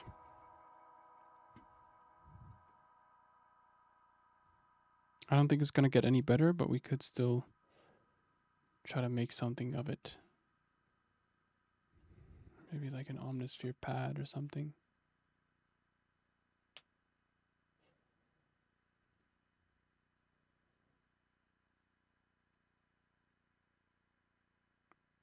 Textures playable.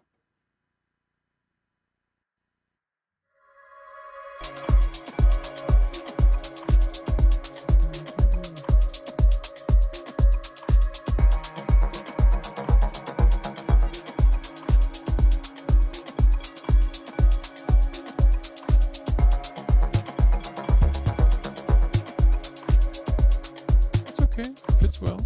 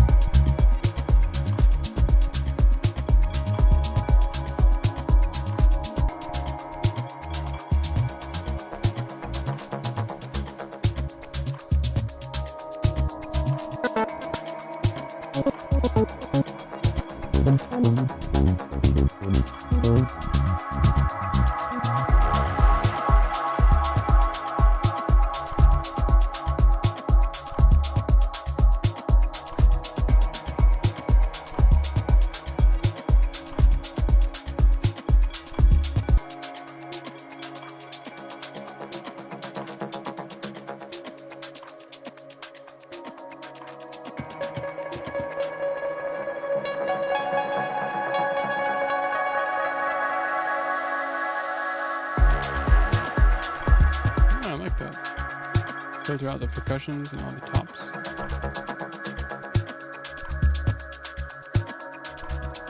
Fill in the empty space with the melodies.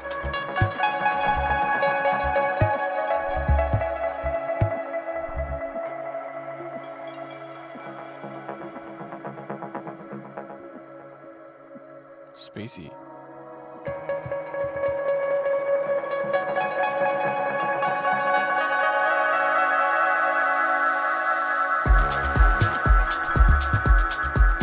What's up, Dennis?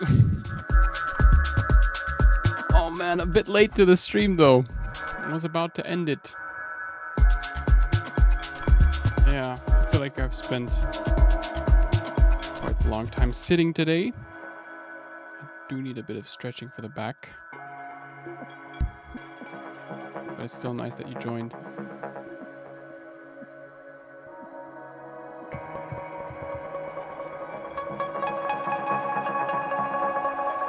Thank you to everyone who joined on today's live stream. If you enjoyed or learned something new or got some inspiration for some of these drum synths, let me know.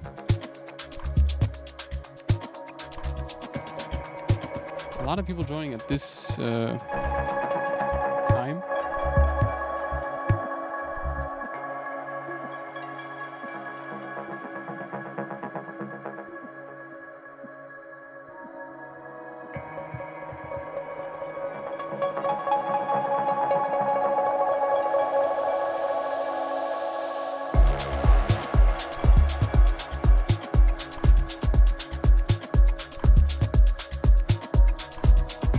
Airy vocal pad and break.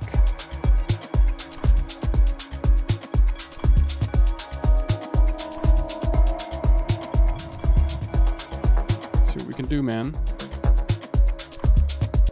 That's not bad. The track isn't bad.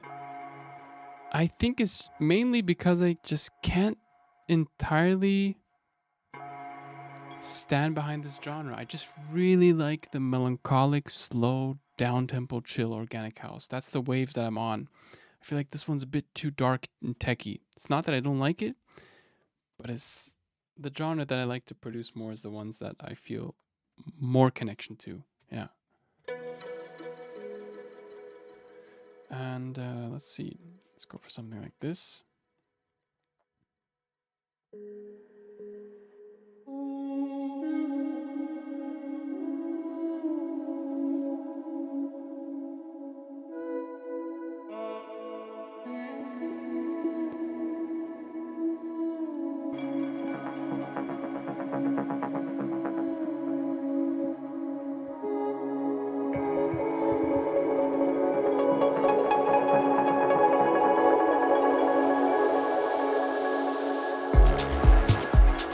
Nice idea, man.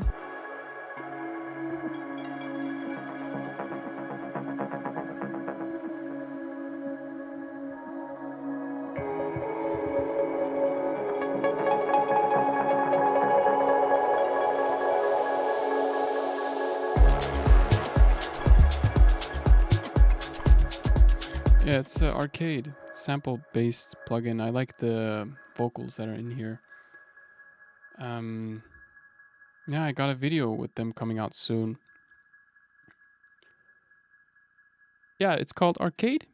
Subscription-based plugin, I believe. And I do like their stuff. I like it for especially vocals and pads. When I feel uninspired, I just go through their samples in the lines. Yeah, samplers are cool to play.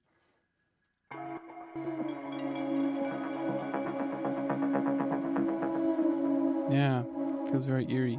I agree. Amazing feel, yeah.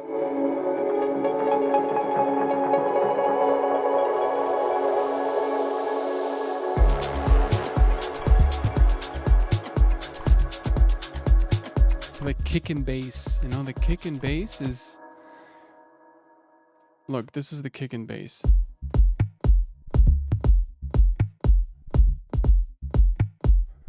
Let's definitely do a bit more here, maybe...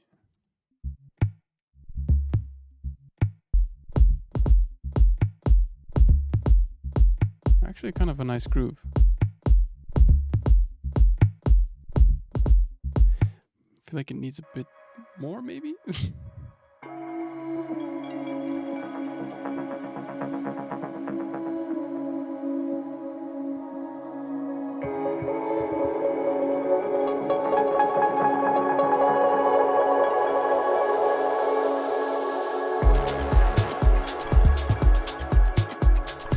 Yeah, we could add like an additional echo automation. Audio effects, echo, oops.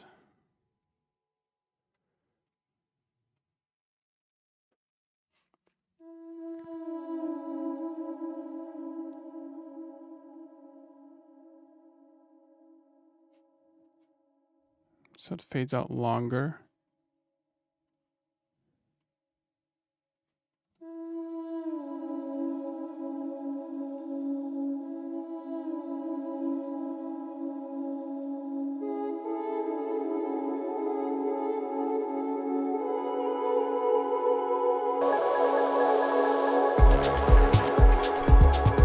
There we go.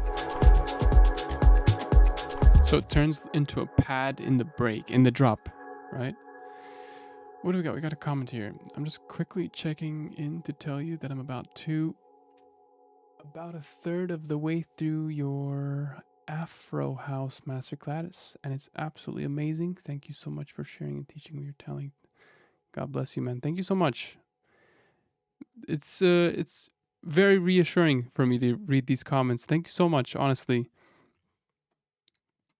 As I'm a person who I do have some self-doubt every now and then. I'm like, oh, did I teach the right type of stuff in this course and stuff? And these comments really motivate me. Thank you so much. Also with this track, you can tell that, like, I wouldn't say it's a bad track, but I feel like I do tend to go a bit too hard on myself every now and then. Like, take a chill pill, you know?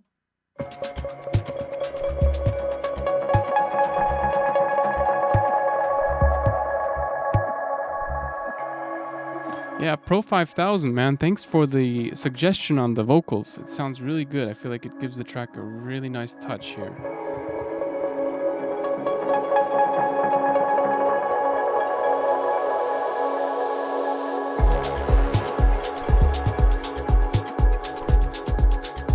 You should release this track. Not sure.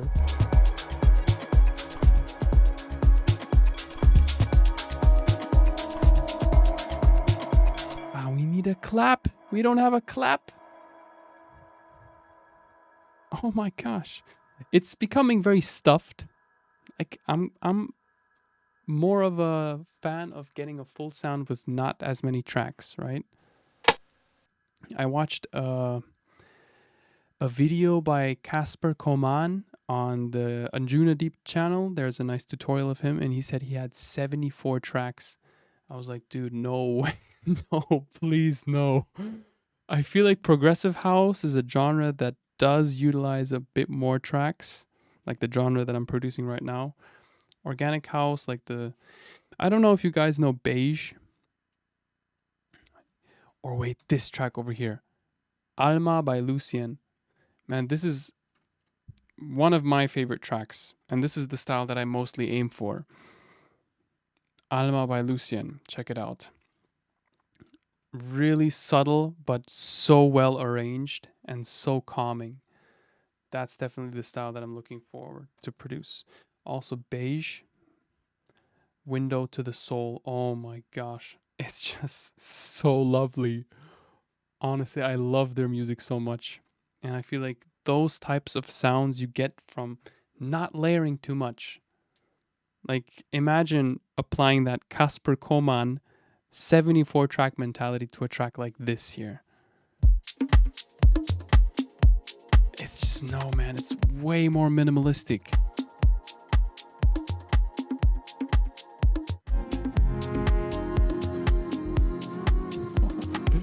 I love it so much, you know.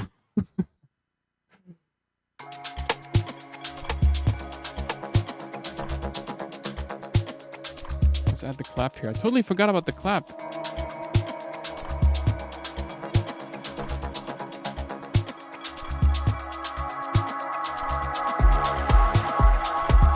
Yeah.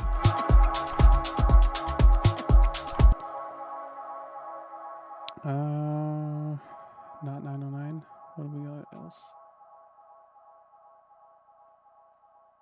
Yeah, wait, did I just... I think some of the comments are getting blended out. Yeah, that's Casper.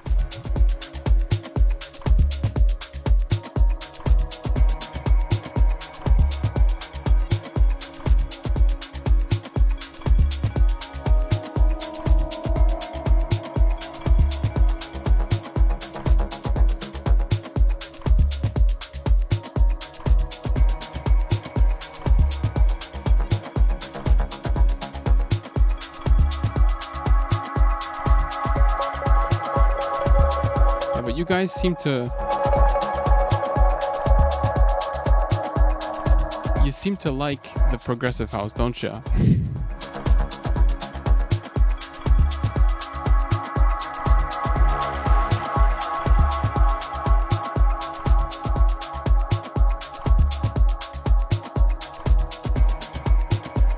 Let's see how we progress into the break here.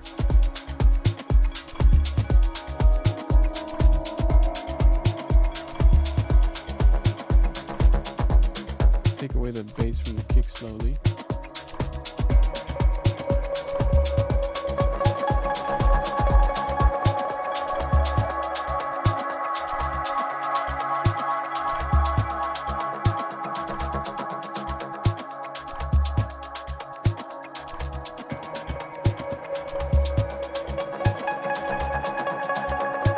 Mega chili vanilli.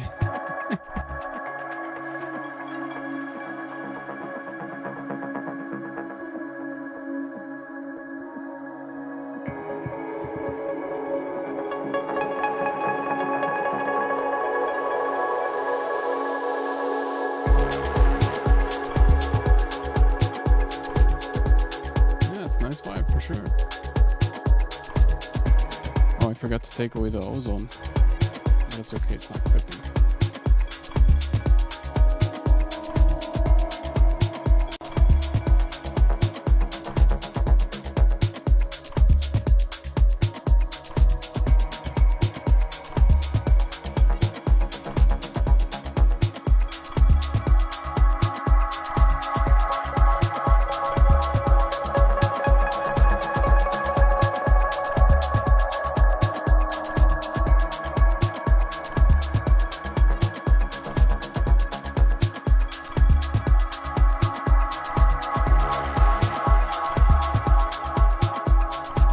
Usually I like to have the higher fidelity percussion on the sides, but I feel like in this track most of it is the hi-hat and I don't like it being that wide, so just do it here. But again, I could go back to the mixing and start there before I do it in the master, and then double check it later on.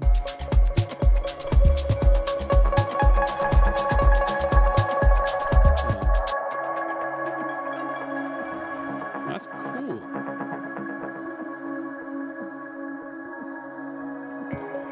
No one will ever tell you something like that, but you need to go inwards with yourself. You're very talented. Thank you so much, man. The moment you open your heart, the more you will flow and happen. Artless being. Thank you so much, man. I absolutely agree. I am actually somebody who has a very similar mentality to you regarding that. It's just that every now and then the self-doubt does come through, but we need to recognize that voice and say, okay, open the heart, quiet the mind, right? Really essential for us to have that ability, because the mind can, the mind is a freaking powerful tool. Without the mind, you wouldn't be able to, I wouldn't have been able to put all this together here. But every now and so it kind of starts to tangle, and the heart is kind of the tool that allows you to take away that entanglement. I hope that makes sense. Yeah, something that I spend a lot of time thinking as well. Love the progressive stuff. Also recommend Exhale for vocals and pads. Yeah, Steinhoven's right.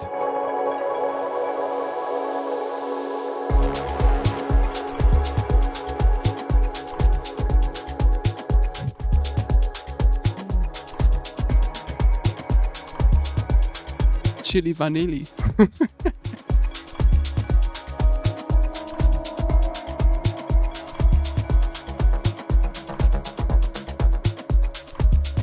Operculum. I wouldn't say so, man. Savage monkey looking for bananas. Come on.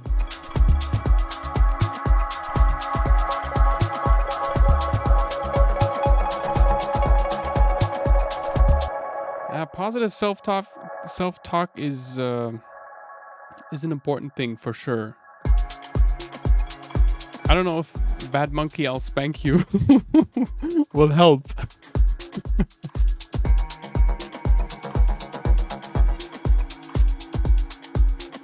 There's a nice video by Ram Dass where he says, like, I feel angry, embrace that anger. I feel sad, embrace the sadness. Go deeper into the emotion. Why is it there?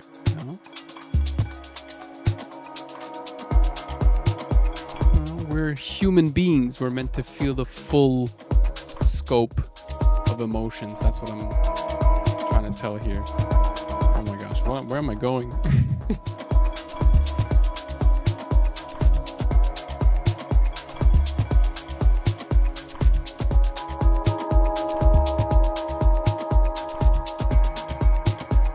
I like the guitar soundscapes. These ones here.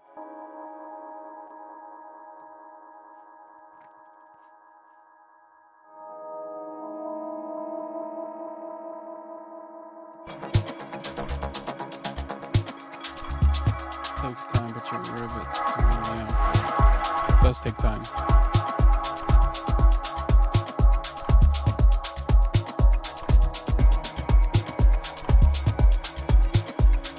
The moment my music started getting better was when I made more developments towards my character, funnily enough. Like, the more you recognize the difference between your ego, the soul, the heart, the mind, the better you become at music. Your music is a reflection of the development you've made with your character. Number one music production tip of all time. Develop your character and the music will follow. Because music in and of itself is something very like of feminine nature, right? It needs to flow. And if you have limiting beliefs all the time, which I myself encounter every now and then as well, your music suffers from that. Like, music needs to flow. It needs to just let loose and not have any thoughts in mind that are like, oh no, don't do this, don't do that. You're bad at music. Stop it. You should make this genre, that. Music will not flow from that.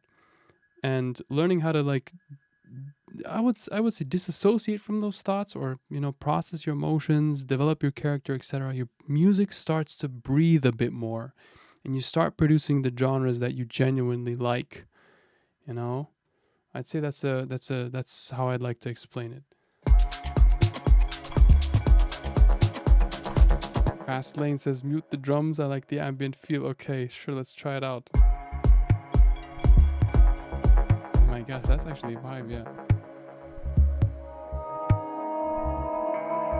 Yeah, man.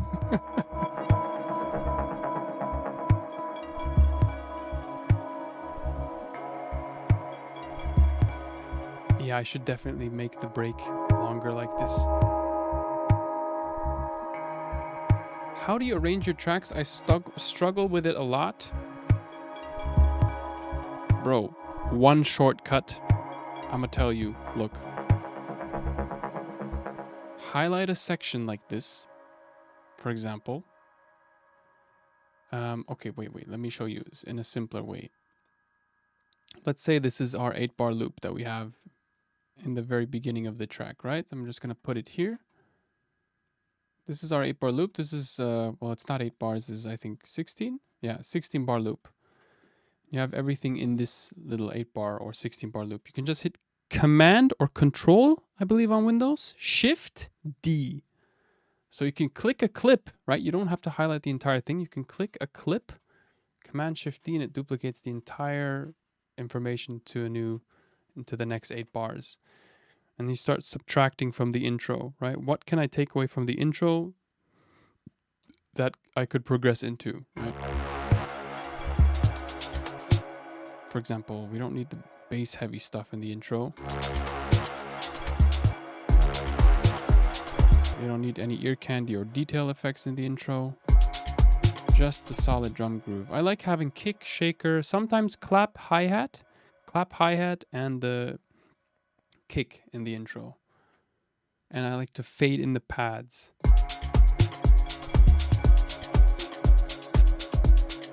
And mute your tracks. Mute your tracks. See which ones you can add in a later point.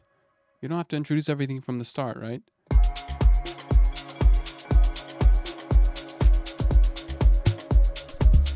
And then it's mostly like building blocks. Like you have all the elements. The way I like to see it is put together the entire vibe of the track that you feel like you could dance to in those 8 bars. And then start duplicating, and then start subtracting from the intro, and kind of like building blocks your way up to those full 8 bars, right? And try to really drag out the elements as long as possible. If you have maybe just one melodic element, for example, even if it's just a small little stab or melodic ear candy that you can use, that can allow you to progress your track an additional 8 to 16 bars. Just that one little sound. And then after 8 to 16 bars, you maybe add a new percussion. After 8 to 16 bars, you then add a new melody on top, And that way you just build your way up to the full 8-bar loop, essentially. So yeah, that's an arrangement tip that I feel like that has helped me a lot. Like, try to split your melodies down to main melody, counter melody, and then add the main melody first, the counter melody afterwards. That way it feels like it's always interesting, something new's coming along, right? I use reference tracks to help me. Yeah, reference tracks help a lot as well. Definitely listen to more music. Yeah, I can't for the life of me put together a track without using a reference track. I also start with the drums and get completely drawn out. Yeah, reference tracks helps for practicing a lot, but I feel like developing an intuitive feel for when you need what element is also important. So also trying to get a feel for your track yourself, because when using reference tracks, usually it becomes very analytical. Try to mix those both in, right, into your workflow. Thanks, Kevin, and Operculum. Yeah, gotcha, man, gotcha. Always welcome. See, so it starts with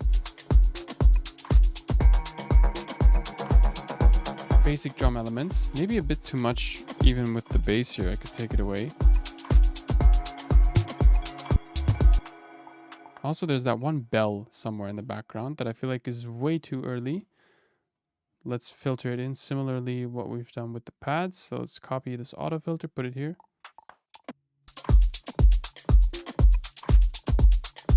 Maybe we can also filter out the kick here in the intro.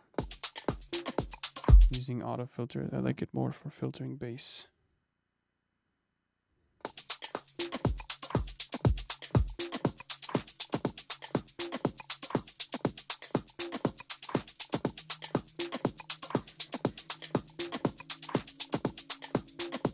See how the pads slowly start coming in?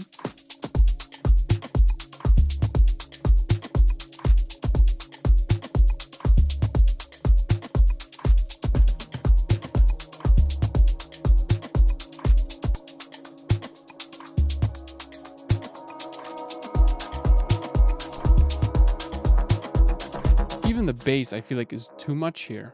Like, give yourself some time. Maybe just introduce the tom loop here. Let's take away the bass completely until this drop hits.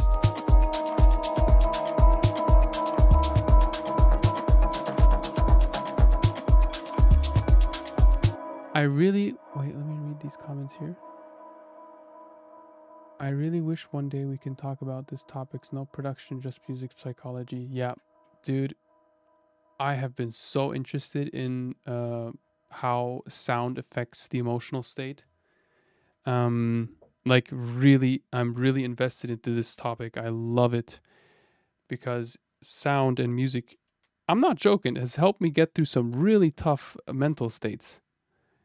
And one of the albums that I listened to which I cried my soul out, I am not joking, is Music for Psychedelic Therapy by John Hopkins. Holy moly, this frickin' EP is... I wouldn't even call it an EP. It's just absolutely soulful musical masterpiece. I would highly recommend that you... Like for anybody who's... who wants to wind down, just put on some headphones. Lay yourself down in bed, maybe towards the evening or when you feel very calm.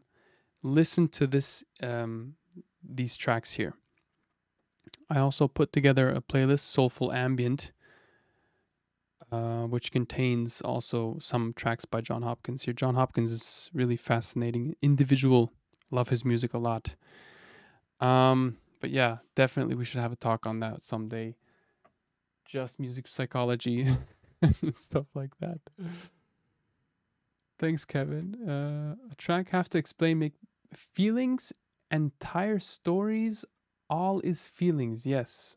When we're listening to or dancing, by the way, the new... Wait, the chat is scrolling. 1 sec. Not so fast.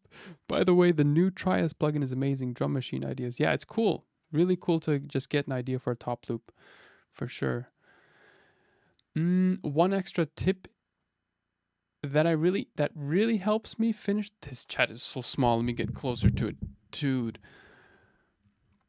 Just finish songs is think of building a song like building a house. Start with a blueprint, reference track, lay the foundation, drums.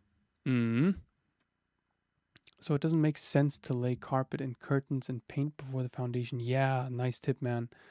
Concrete slab, right? So I always start with the fundamental parts first, then work my way up. Fantastic tip, man.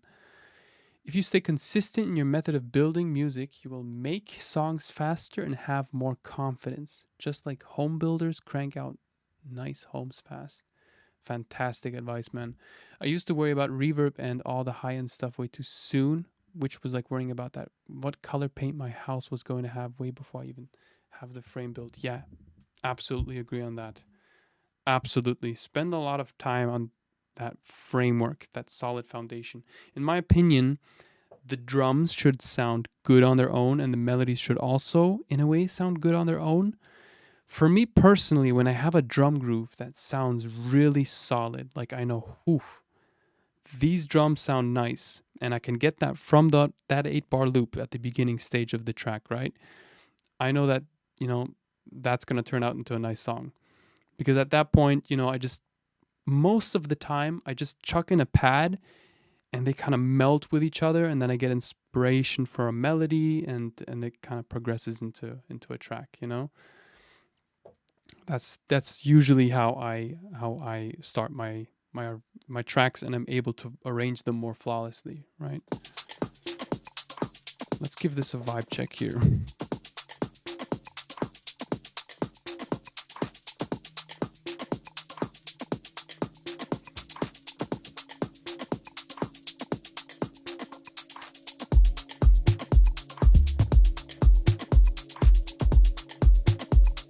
Also, look how the bass is split into two layers, tom and main bass. Tom, main bass. The tom comes first, the main bass comes later. So I have more ability to extend the arrangement.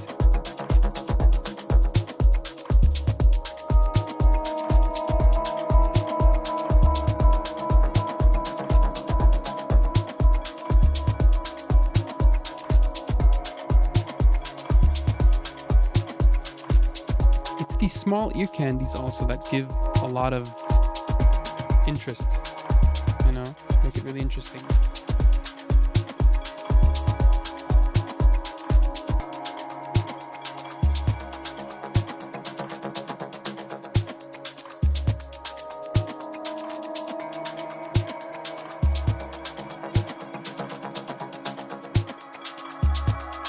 Thank you, Upper Kulum. For the sub, my friend, and the kind words. When I start arranging, it reaches a point where my ears become tired, and then I start to dislike my songs. Like physically tired, or tired from the track that you're making. For me personally, music has to stay fun, and I very often, very often, you guys won't believe it, feel uninspired to make music. But what helps me is to just get into that mindset of what would be fun today? What would be fun? You know, sometimes fun looks like me even creating some space between myself and music. Maybe going outside for a walk and, you know, clearing my mind out a bit. And then I come back home and say, okay, let me try this new drum machine out. Let's try to maybe make more with LFO tool today. I don't know. Like create these like fun little challenges for you, I guess, without any expectation. And you automatically just enjoy more the music you create and become less tired. That's my experience. Like I can't really stand when I'm working on a track and I don't really identify with it. Like it's, I don't know, it's too happy. I don't know. It's just, I don't know. That's usually when I feel like my ears tire out sooner and I tend to pick the wrong elements and it just wears me down even further. So that's my tip to you, you know. There's a lot of things that contribute to flow, you know. But for me personally, when I'm in the flow state, like really, I can't describe it into words. When I'm in a flow state, the music, the track produces itself. It feels like I'm just clicking stuff around and everything happens on its own. It's like magic. So it's not always like that. I would say that's actually very rare.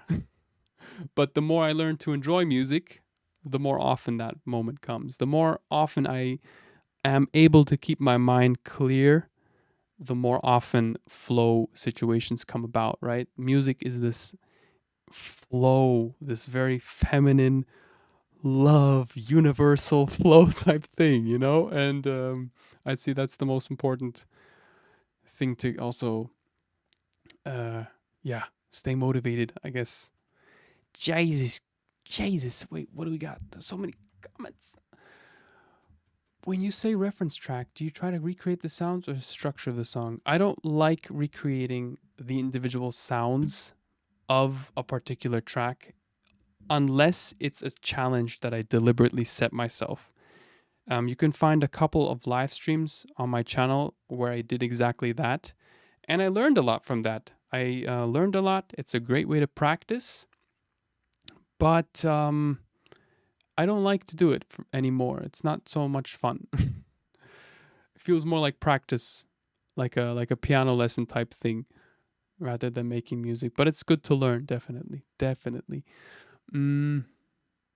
I used to worry about no. Oh, we already had that comment. Thanks for listening.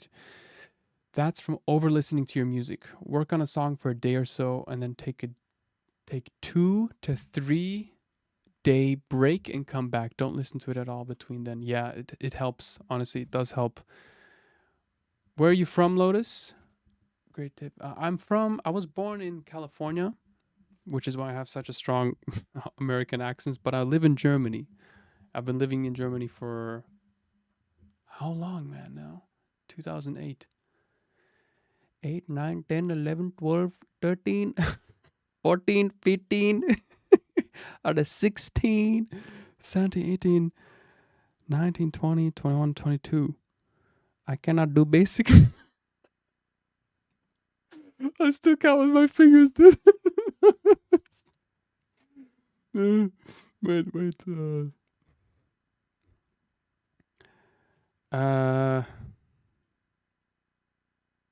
Open calculator. Please. Oh gosh, it's opening on the second window now. Why is it opening on the second window? 2024 minus 2008. 16 years. Yeah, exactly. Oh my gosh, I suck at math. Holy shit. Doing a great job. Thank you so much, man. Yeah, 16 years I've been living in Germany now. Thank you for the tips though. Pop it up. Any more comments? What would be a fun Lotus flow? Yeah. Definitely.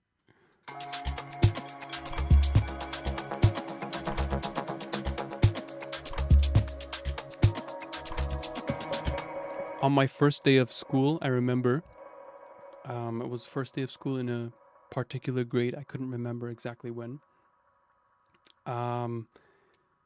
First day of school, everybody chooses their seat, right? Everybody chooses a seat next to their friends, next to like a really cool spot in the back where they could, I guess do their thing in the back over there. The teacher wouldn't see them. And I was like, where should I sit? Where should I sit? Where should I go? Where should I go? And everybody found a seat and I was the only person standing. I was like, oh shit. And then I picked a seat at the front because those were the only ones that were left. And we had a really strict math teacher at that point. And our first lesson was math. And I hated math. I still do. Not hate, but I really dislike math. And then he picked me. He says, okay, can you solve the equation? Like first day of school, my mind is completely like, oh my gosh, I didn't find a seat.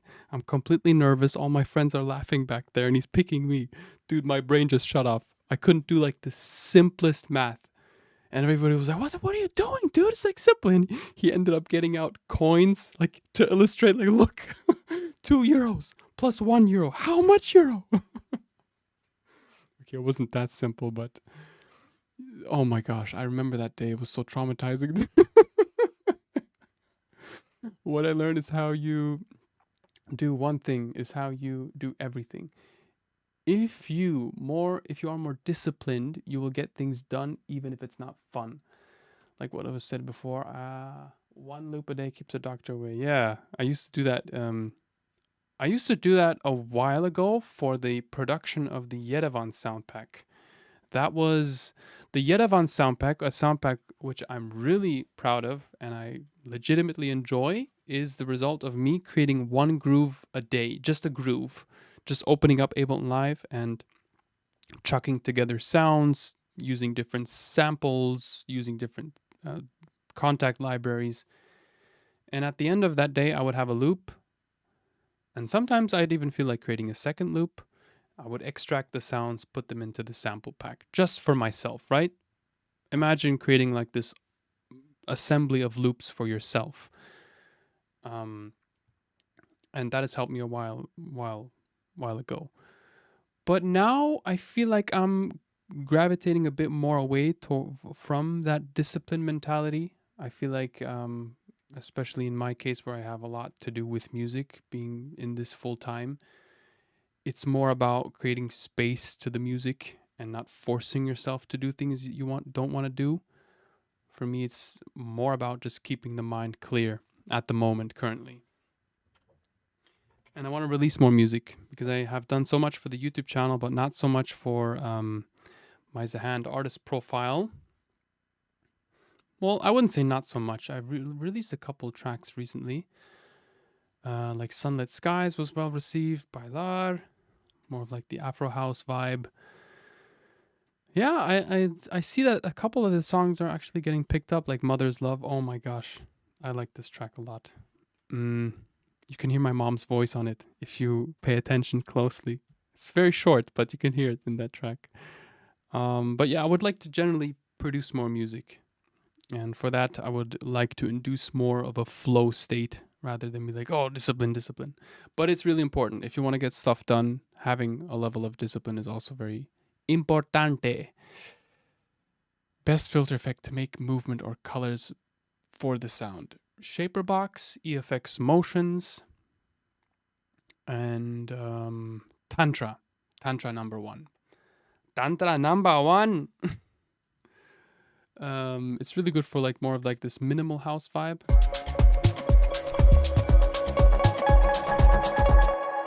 You see this pad resample here? Well, I actually used it in the beginning. So look, before Tantra, and take away the filter.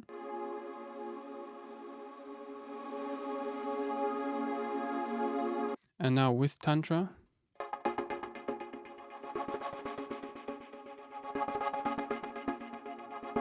actually has multiple units like flanger, glitch, lo-fi, delay, distortion, and it's all running through this weird sequencer here, and you can scroll through the presets.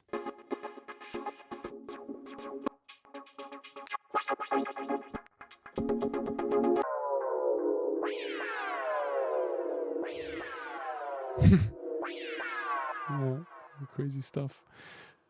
But it's fun. I like using Tantra. Arturia EFX Motions is another nice one that I like using. This one. And Shaper Box is my favorite also. Shaper Box. Also Movement by Output is another nice one.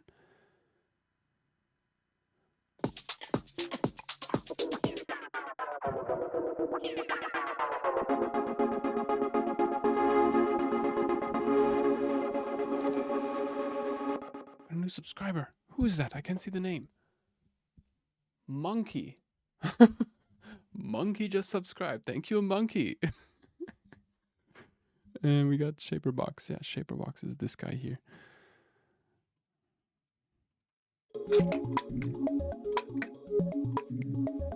Also, there's Devious Machines. Infiltrator.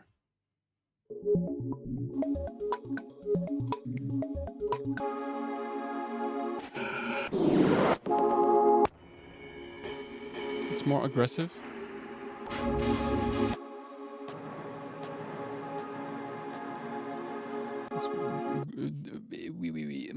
Infiltrator is good for minimal house, tech house, that kind of stuff.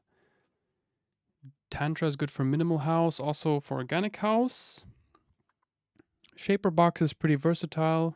Movement also, and also you have Portal, which I like for, I don't know, just glitchy type of stuff, you know?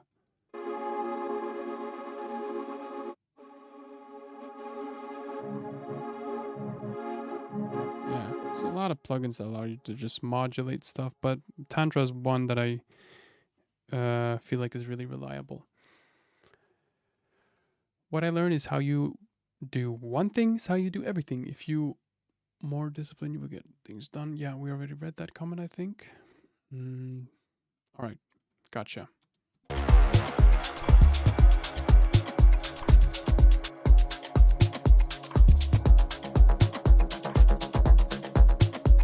Give it a nice little rundown here.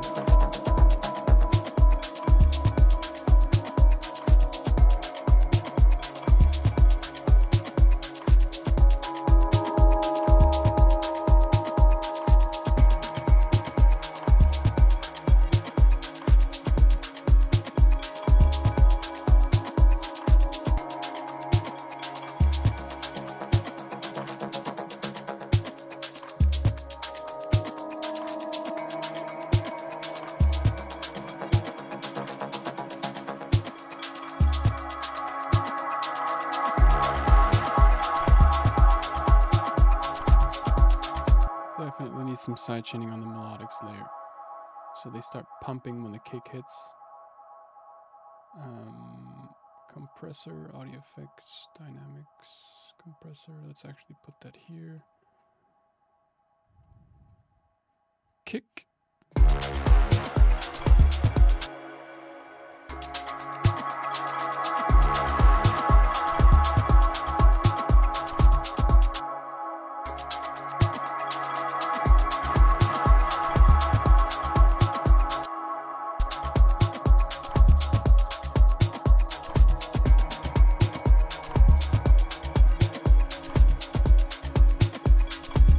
Sidechain conversion.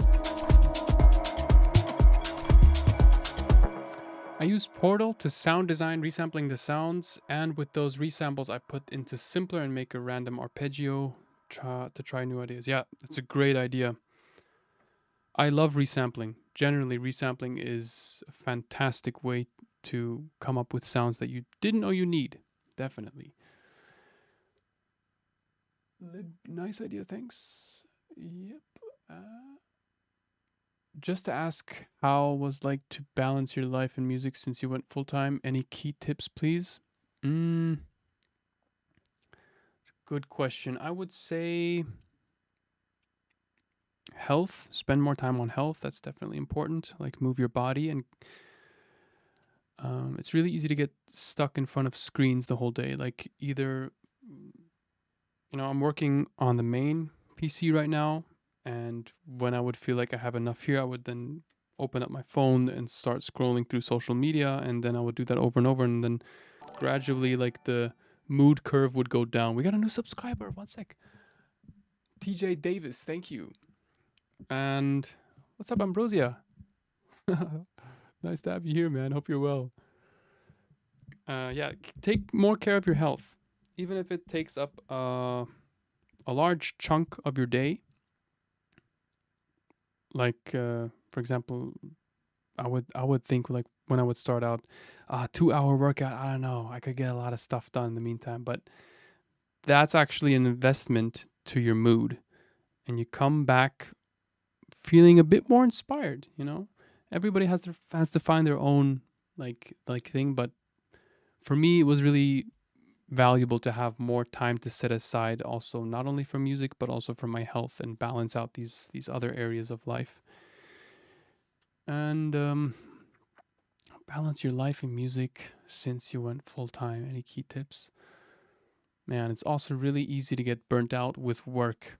Like there's no end to work. This is something that I've experienced, especially when going full time.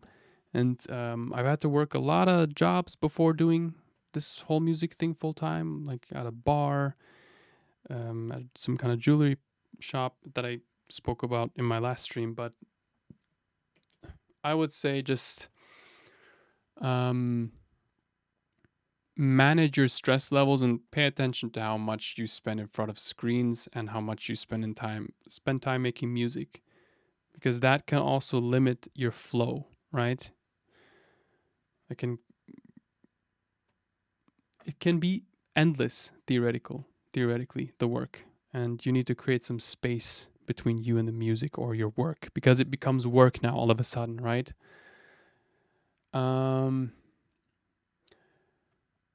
Brazil has been following you around for a long time. Lots of learning and growth on the tracks. Thank you so much. Yeah, I love Brazil. I love Argentina, Brazil. They have some very high-class musicians. Also Chile, like very talented musicians from there.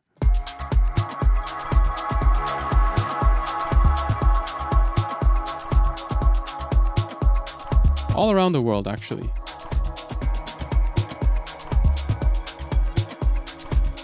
I'm just curious what will happen if I change out the kicks. I'm not sure. I trust this kick, this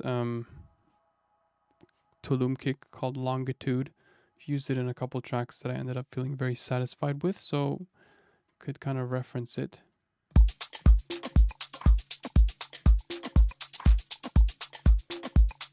Maybe use this as a ghost kick or something for now. Sidechain kick.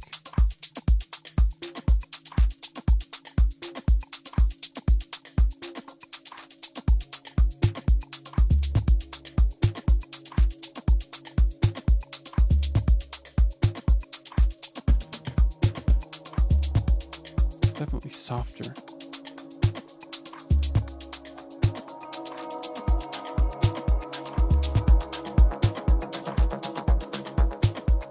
Doesn't punch through as much.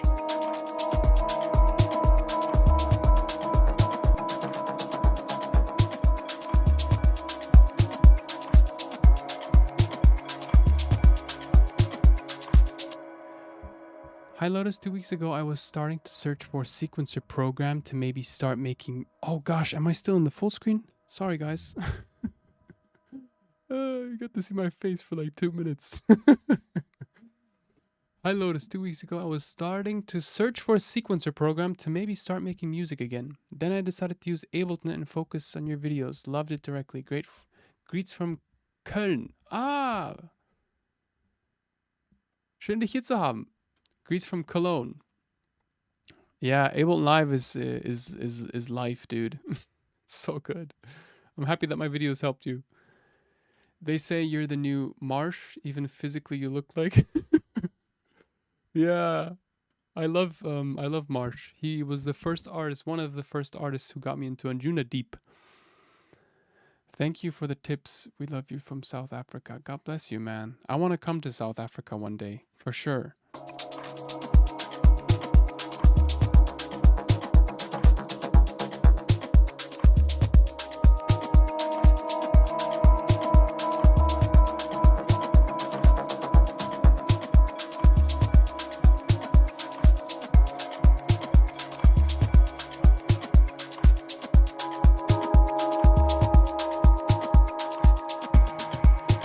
I want to start working on a new sound pack, but I don't know what to work on. I'm thinking of some kind of MIDI stuff, presets or something like that. I don't know. If you have any ideas for sounds that you would like to have that would either save you time or that you just genuinely enjoy, then write it in the comments. Maybe you can give me some inspiration.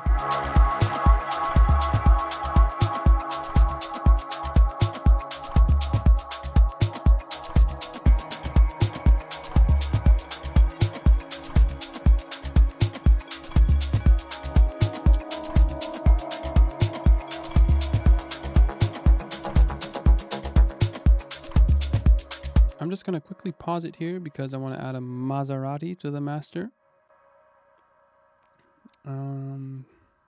See. Because this usually does chunk it up by like a lot. Man, I should really stick with one kick. I feel like this one is just much cleaner.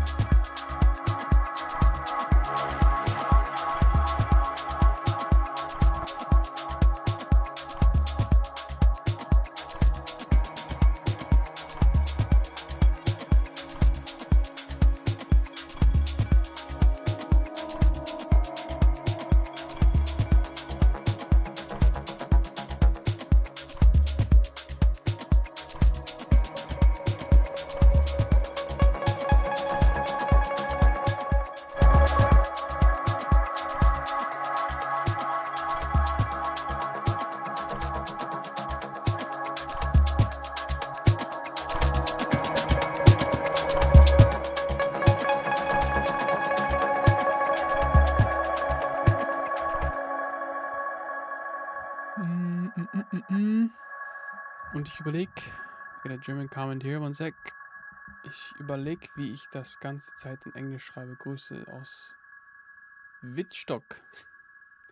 Was überlegst du? What are you thinking about, huh?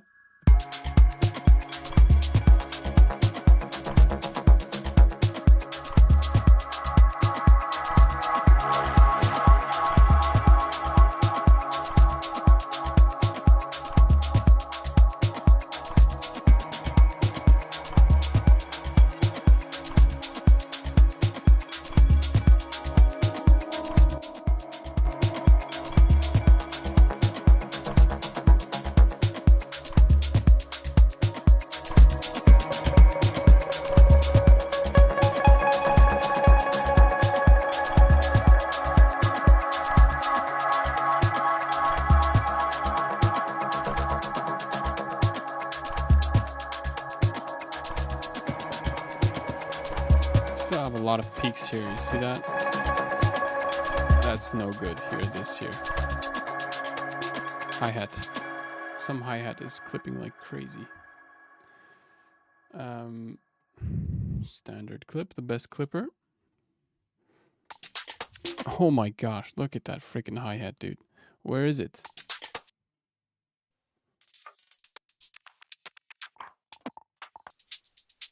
I think it's this guy here, yeah? Jeez. Yeah, this is something that I'll do at the very end of the track. Make sure we have no annoying peaks here, yeah? Let's just put it on the tops group for now because I'm feeling lazy.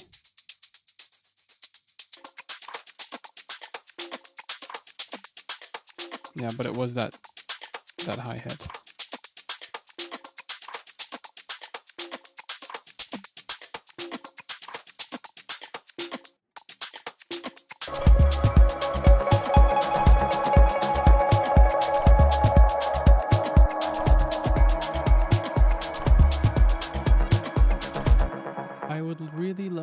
Progressive sounds similar to Mango Alley. Maybe it might give you some more space to experiment with glitchy sounds, bass sounds.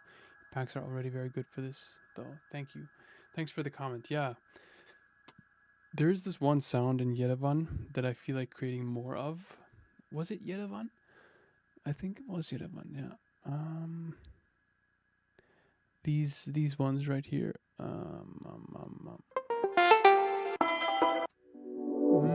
No, wait. Yeah, these synth phrases. Personally, I always get back to them. I use them a lot. These ones here.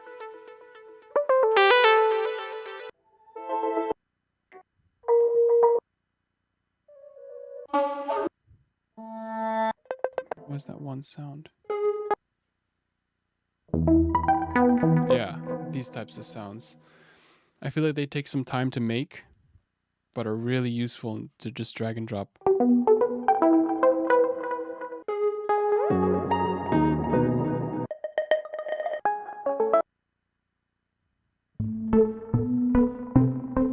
Yeah. Or was that one sound? Yeah, this one's also nice. It's like a bass.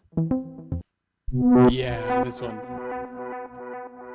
So proud of it.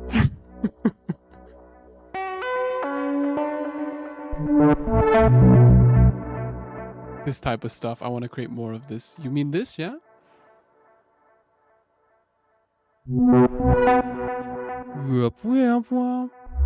Wow. Almost like it's speaking with you.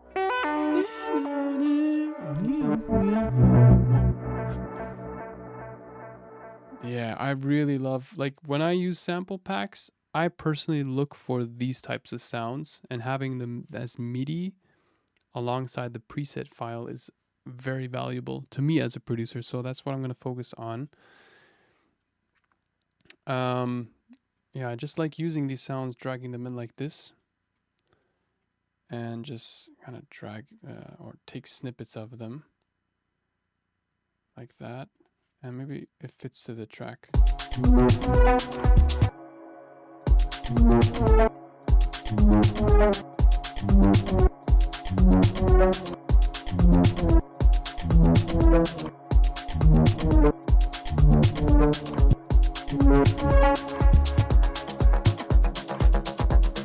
There we go.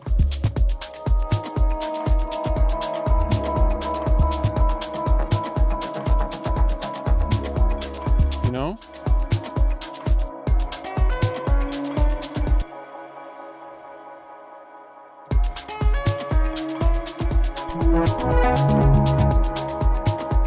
Yeah, I like those types of sounds a lot.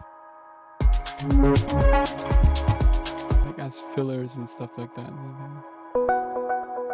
Like this, and maybe chuck it in there. The only disadvantage of a sound like this is that you can't control the cutoff, which is kind of an important parameter if you want to open up a sound. I mean, it does have some cutoff movement in it, but I like having the control over synth parameters like cutoff, decay, opening up the sound, closing it down.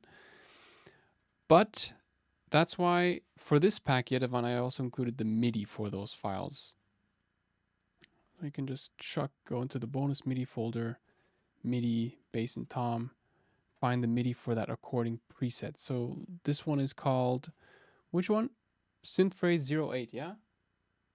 So then you see synth phrase bass 08 MIDI, right? And you can just chuck it onto some kind of MIDI layer here.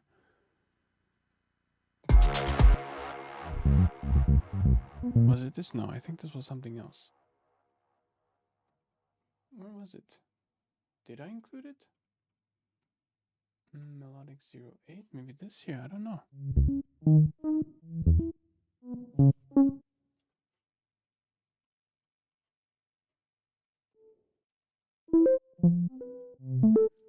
Yeah, I don't know where this specific one is.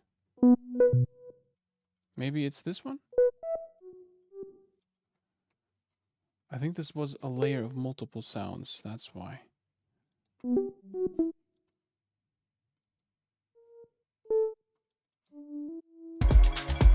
Yeah, I don't know where it is.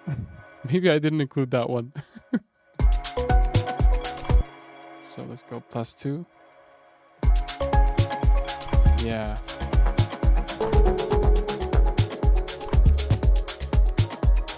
Like for me personally, those are the sounds that I like using most, yeah.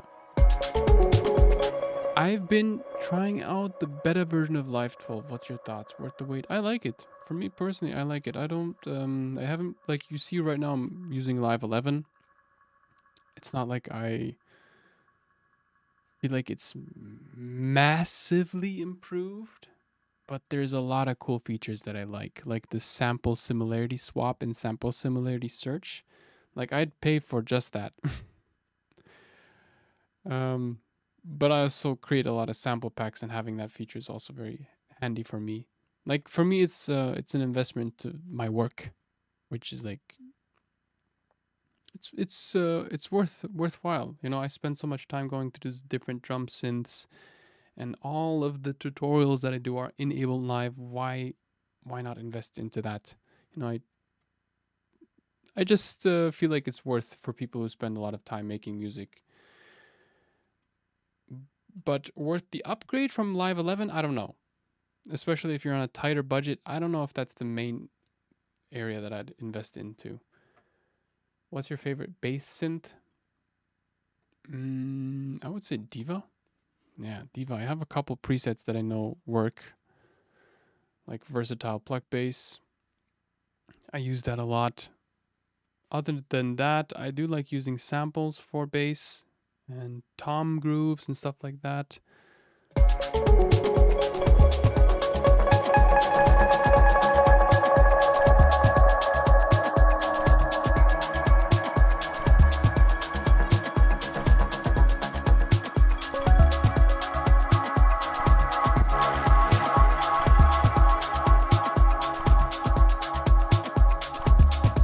Repro is also a great bass synth. There are presets by Audio Tent, which I love.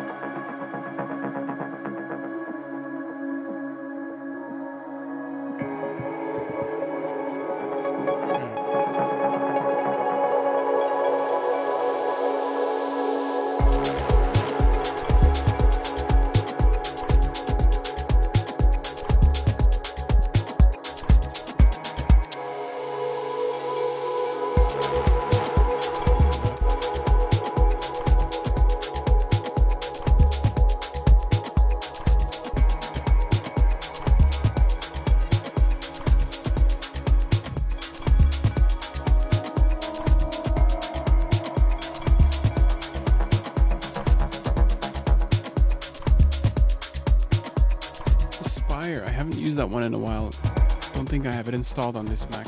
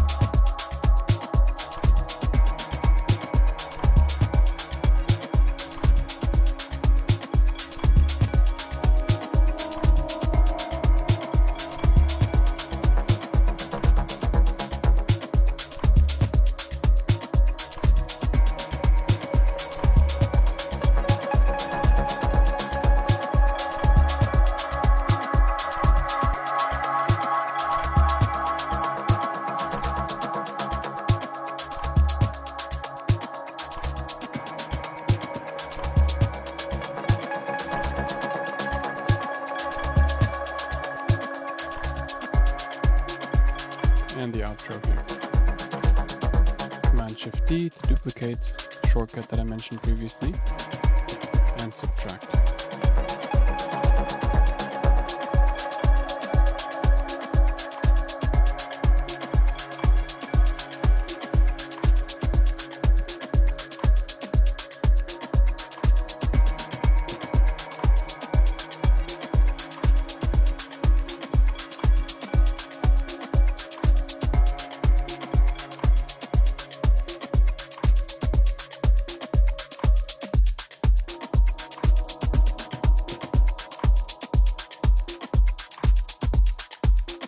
Just the drums in the outro. For the DJ.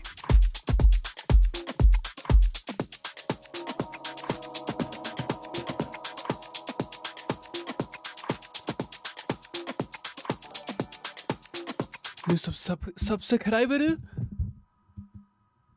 Lindelani? Couldn't read shit.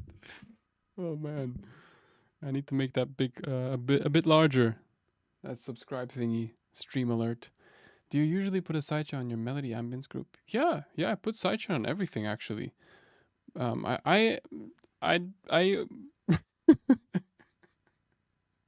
like putting a sidechain compressor on everything that I feel like needs to be individually tweaked. Some elements I feel like don't need as much ducking, like the bass needs a lot of ducking. But melodies and ambience, maybe not so much. Like I mostly go for 3 to 6 dB of sidechain compression. 6 dB would be a lot. For bass lines, it's mostly 6 to 9 dB. But simply because of the fact that I don't want the bass to hit at all when the kick hits, right? Really depends. But sidechain compression is more of a progressive house thing. For organic house, I realized that less sidechain compression is actually better. Lets the groove breathe a bit more. Sidechain compression is more like that pumping, that wood, you know?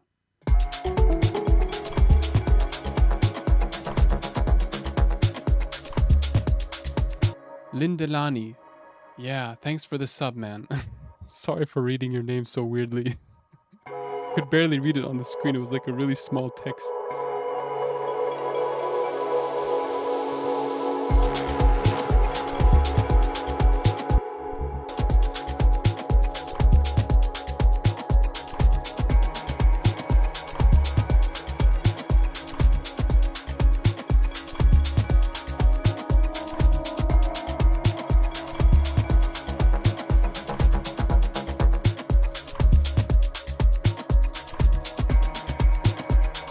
Good track.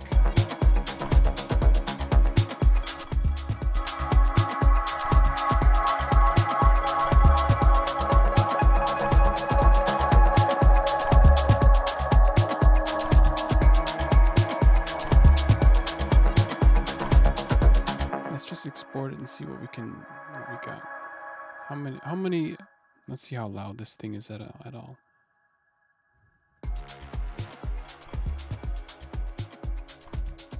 Could we push it without distorting it? Let's see. Let's see how far we can push it. Of course, like there's some mixing that needs to be done. I would say reduce the peaks a bit more.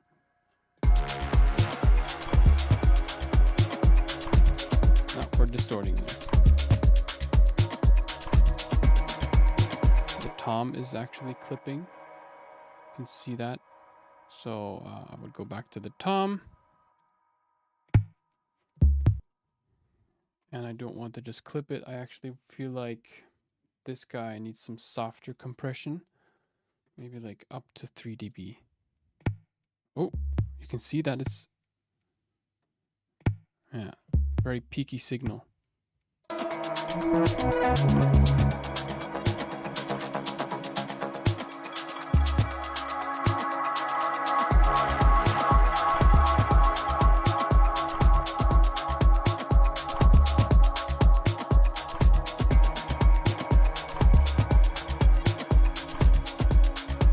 Yeah, it looks like we're at -10, which is okay.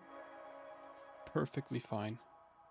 It's just the kick. I feel like the kick is a pretty thuddy one. Project sample rate will be okay. Let's delete the sub 37 and the TR8S, so those won't get rendered. And let's make sure that the master is set to 0 dB.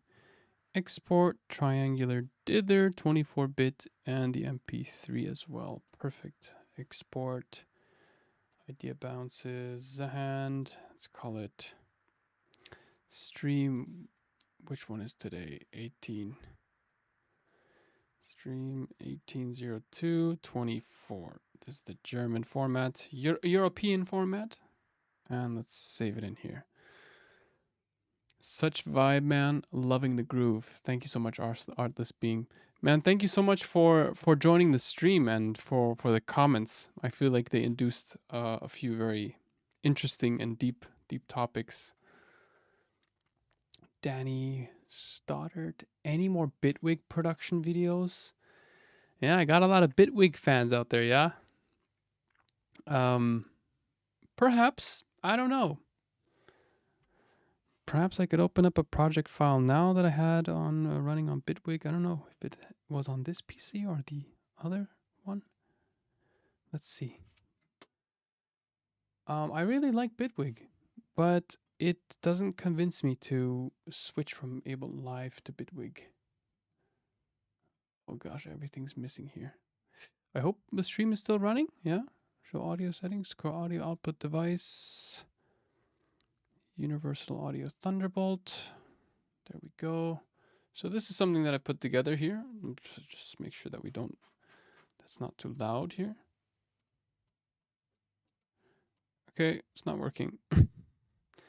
Maybe it's because Ableton Live is opened. Activate audio engine. There we go. Now. Literally just me chucking in loops. Yeah, but it's a cool DAW. I like it. I like the MIDI effects. I like this browser thingy. I don't like the way samples are loaded. But I believe that's something that is just worth getting used to. Hey. What else do we have? Jeez. File open. Organic downtempo jam. I think this was more interesting. Is it already bounced? That was quick. Or did it cancel it because I activated the audio engine? Yeah, fuck. Okay. Activate audio engine, come on. Oh, it's swapping between Ableton Live and Bitwig. That's why it's not working properly.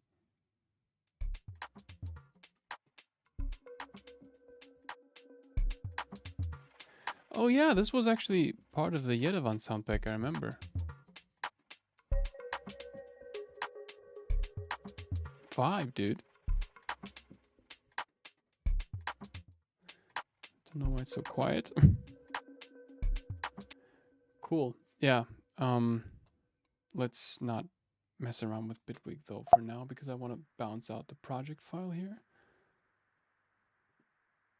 Output configuration all set. Let's do that again. What the? What happened?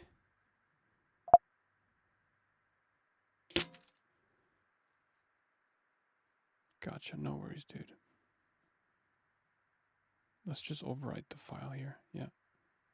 Export it again.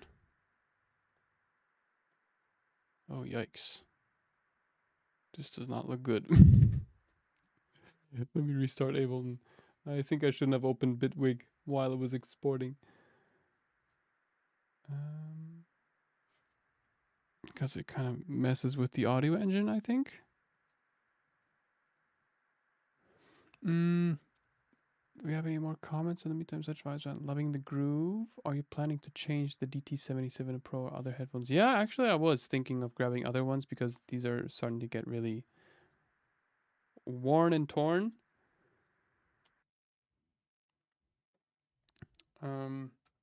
Like the ear thingies, I could change them, but look, can you see this?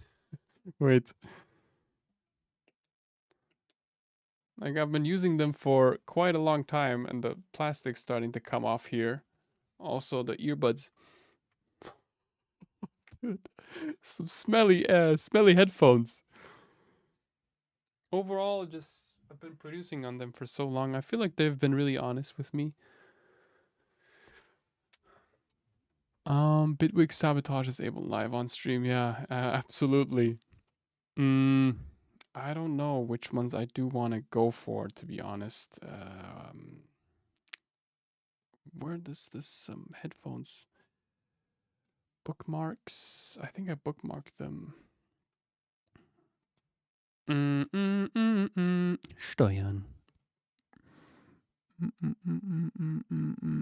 Equipment.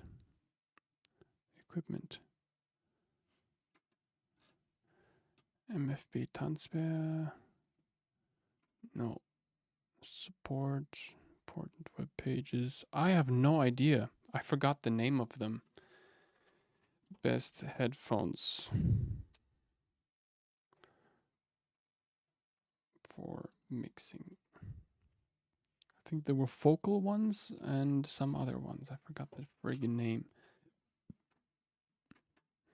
But in terms of price for quality, I love the Beyerdynamics. Sennheiser. No, none of them here. Quite expensive, but I was thinking of grabbing them. These ones here are good, I believe. The focal ones. Was it this one? I don't know. Beyerdynamics.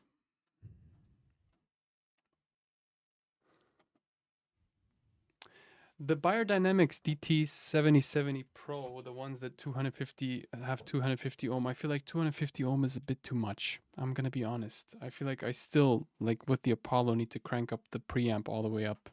It's a bit too much. Audio file, let's see. Sennheiser, Beyerdynamic. Yeah, these ones. These LCDX. These LCDX. This one. Kind of expensive. Like the price is what the fuck. But if you have the budget, then definitely worth taking these into consideration. These look like frying pans on your ear. But for professional mixing, mastering, I would say it's looks good, and they don't have so much of a high impedance. Like the impedance is surprisingly low. Like the impedance on the ones that I have now are 250. I think these ones are like 30 and 20. You see 20. But still, I would say, yeah, worth looking into, but very, I would say expensive. Like for headphones, holy shit. I would much rather invest into speakers rather than headphones. Oh, I had the face cam on again. Guys, I'm sorry. These ones here. These LCDX. Yeah.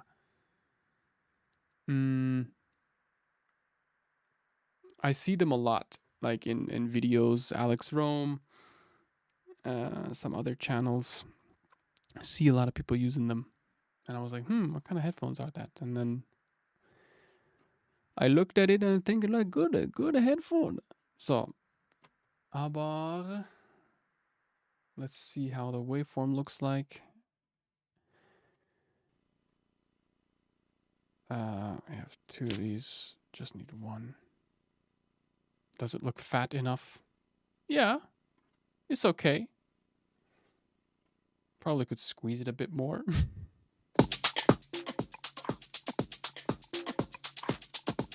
Thank you again for everybody who joined on today's stream.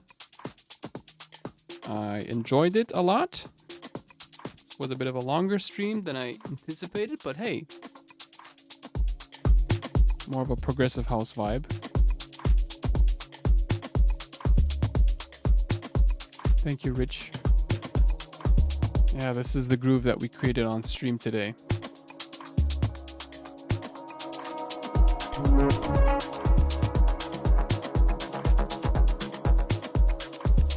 Yeah, Audi's LCDX.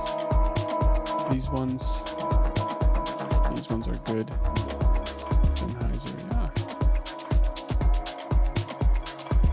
These ones are on the go, very good. Like if you're moving a lot from A to B. I used to have these ones.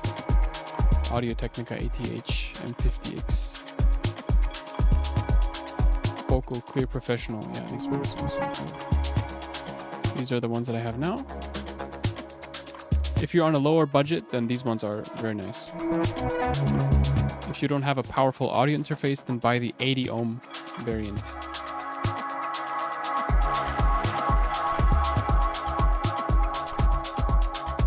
Yeah, good one.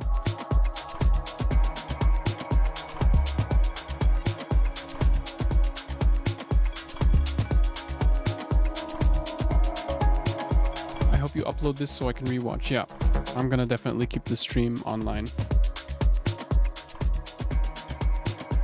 I was, honestly, I was a bit uninspired today at the beginning. Like, I was like, oh my gosh, how to why did I turn on the stream? Sometimes I get that. Like, I feel like under pressure to create a track sometimes.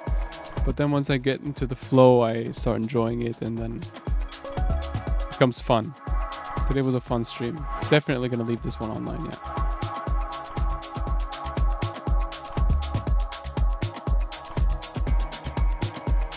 Let's go into that break section here. Like, we do get a lot of peaks here still. You see? Maybe from the melody. Look at this here. I think it's the melody. Hi-hat. That's actually the hi-hat.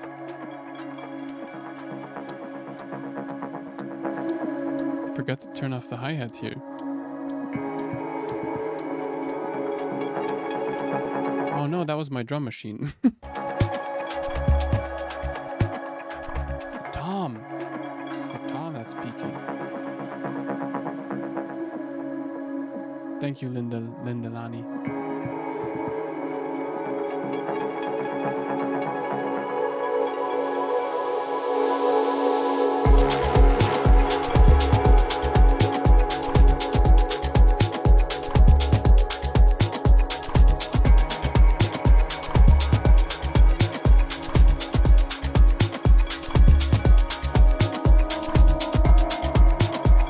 Can see that the kick to hi-hat ratio, I feel like the hi-hat's a bit loud, or whatever's going on here. What is this here? Hi-hat. Like the hi-hats need to be turned down a bit, I feel like. Because look, this almost looks like a kick itself, but it's a hi-hat. So kicking the tom and the hi-hats need to control that a bit more. Then I could perhaps push it a bit more into the limiter.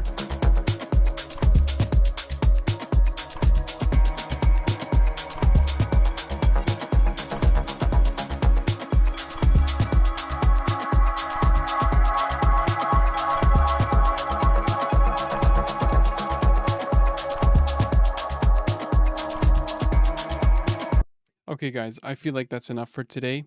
Again, thank you so much for everybody who joined in on today's live stream. It was fun. I hope you learned something new, or at least got inspired to use some new plugins. Just gonna quickly do some self promo here. If you'd like to listen to my music, I'm gonna chuck in a link to here. Voila. Where is it? Wait. Here. My music is there, Spotify. And if you're interested in using some of the sounds that I used today, you can grab them on LotusTunes. Check it out. That's enough self-promo. Thank you again, everybody who joined in. Have a wonderful rest of the Sunday and a wonderful week. I will see you, the next coming days. Cheers. Bye-bye.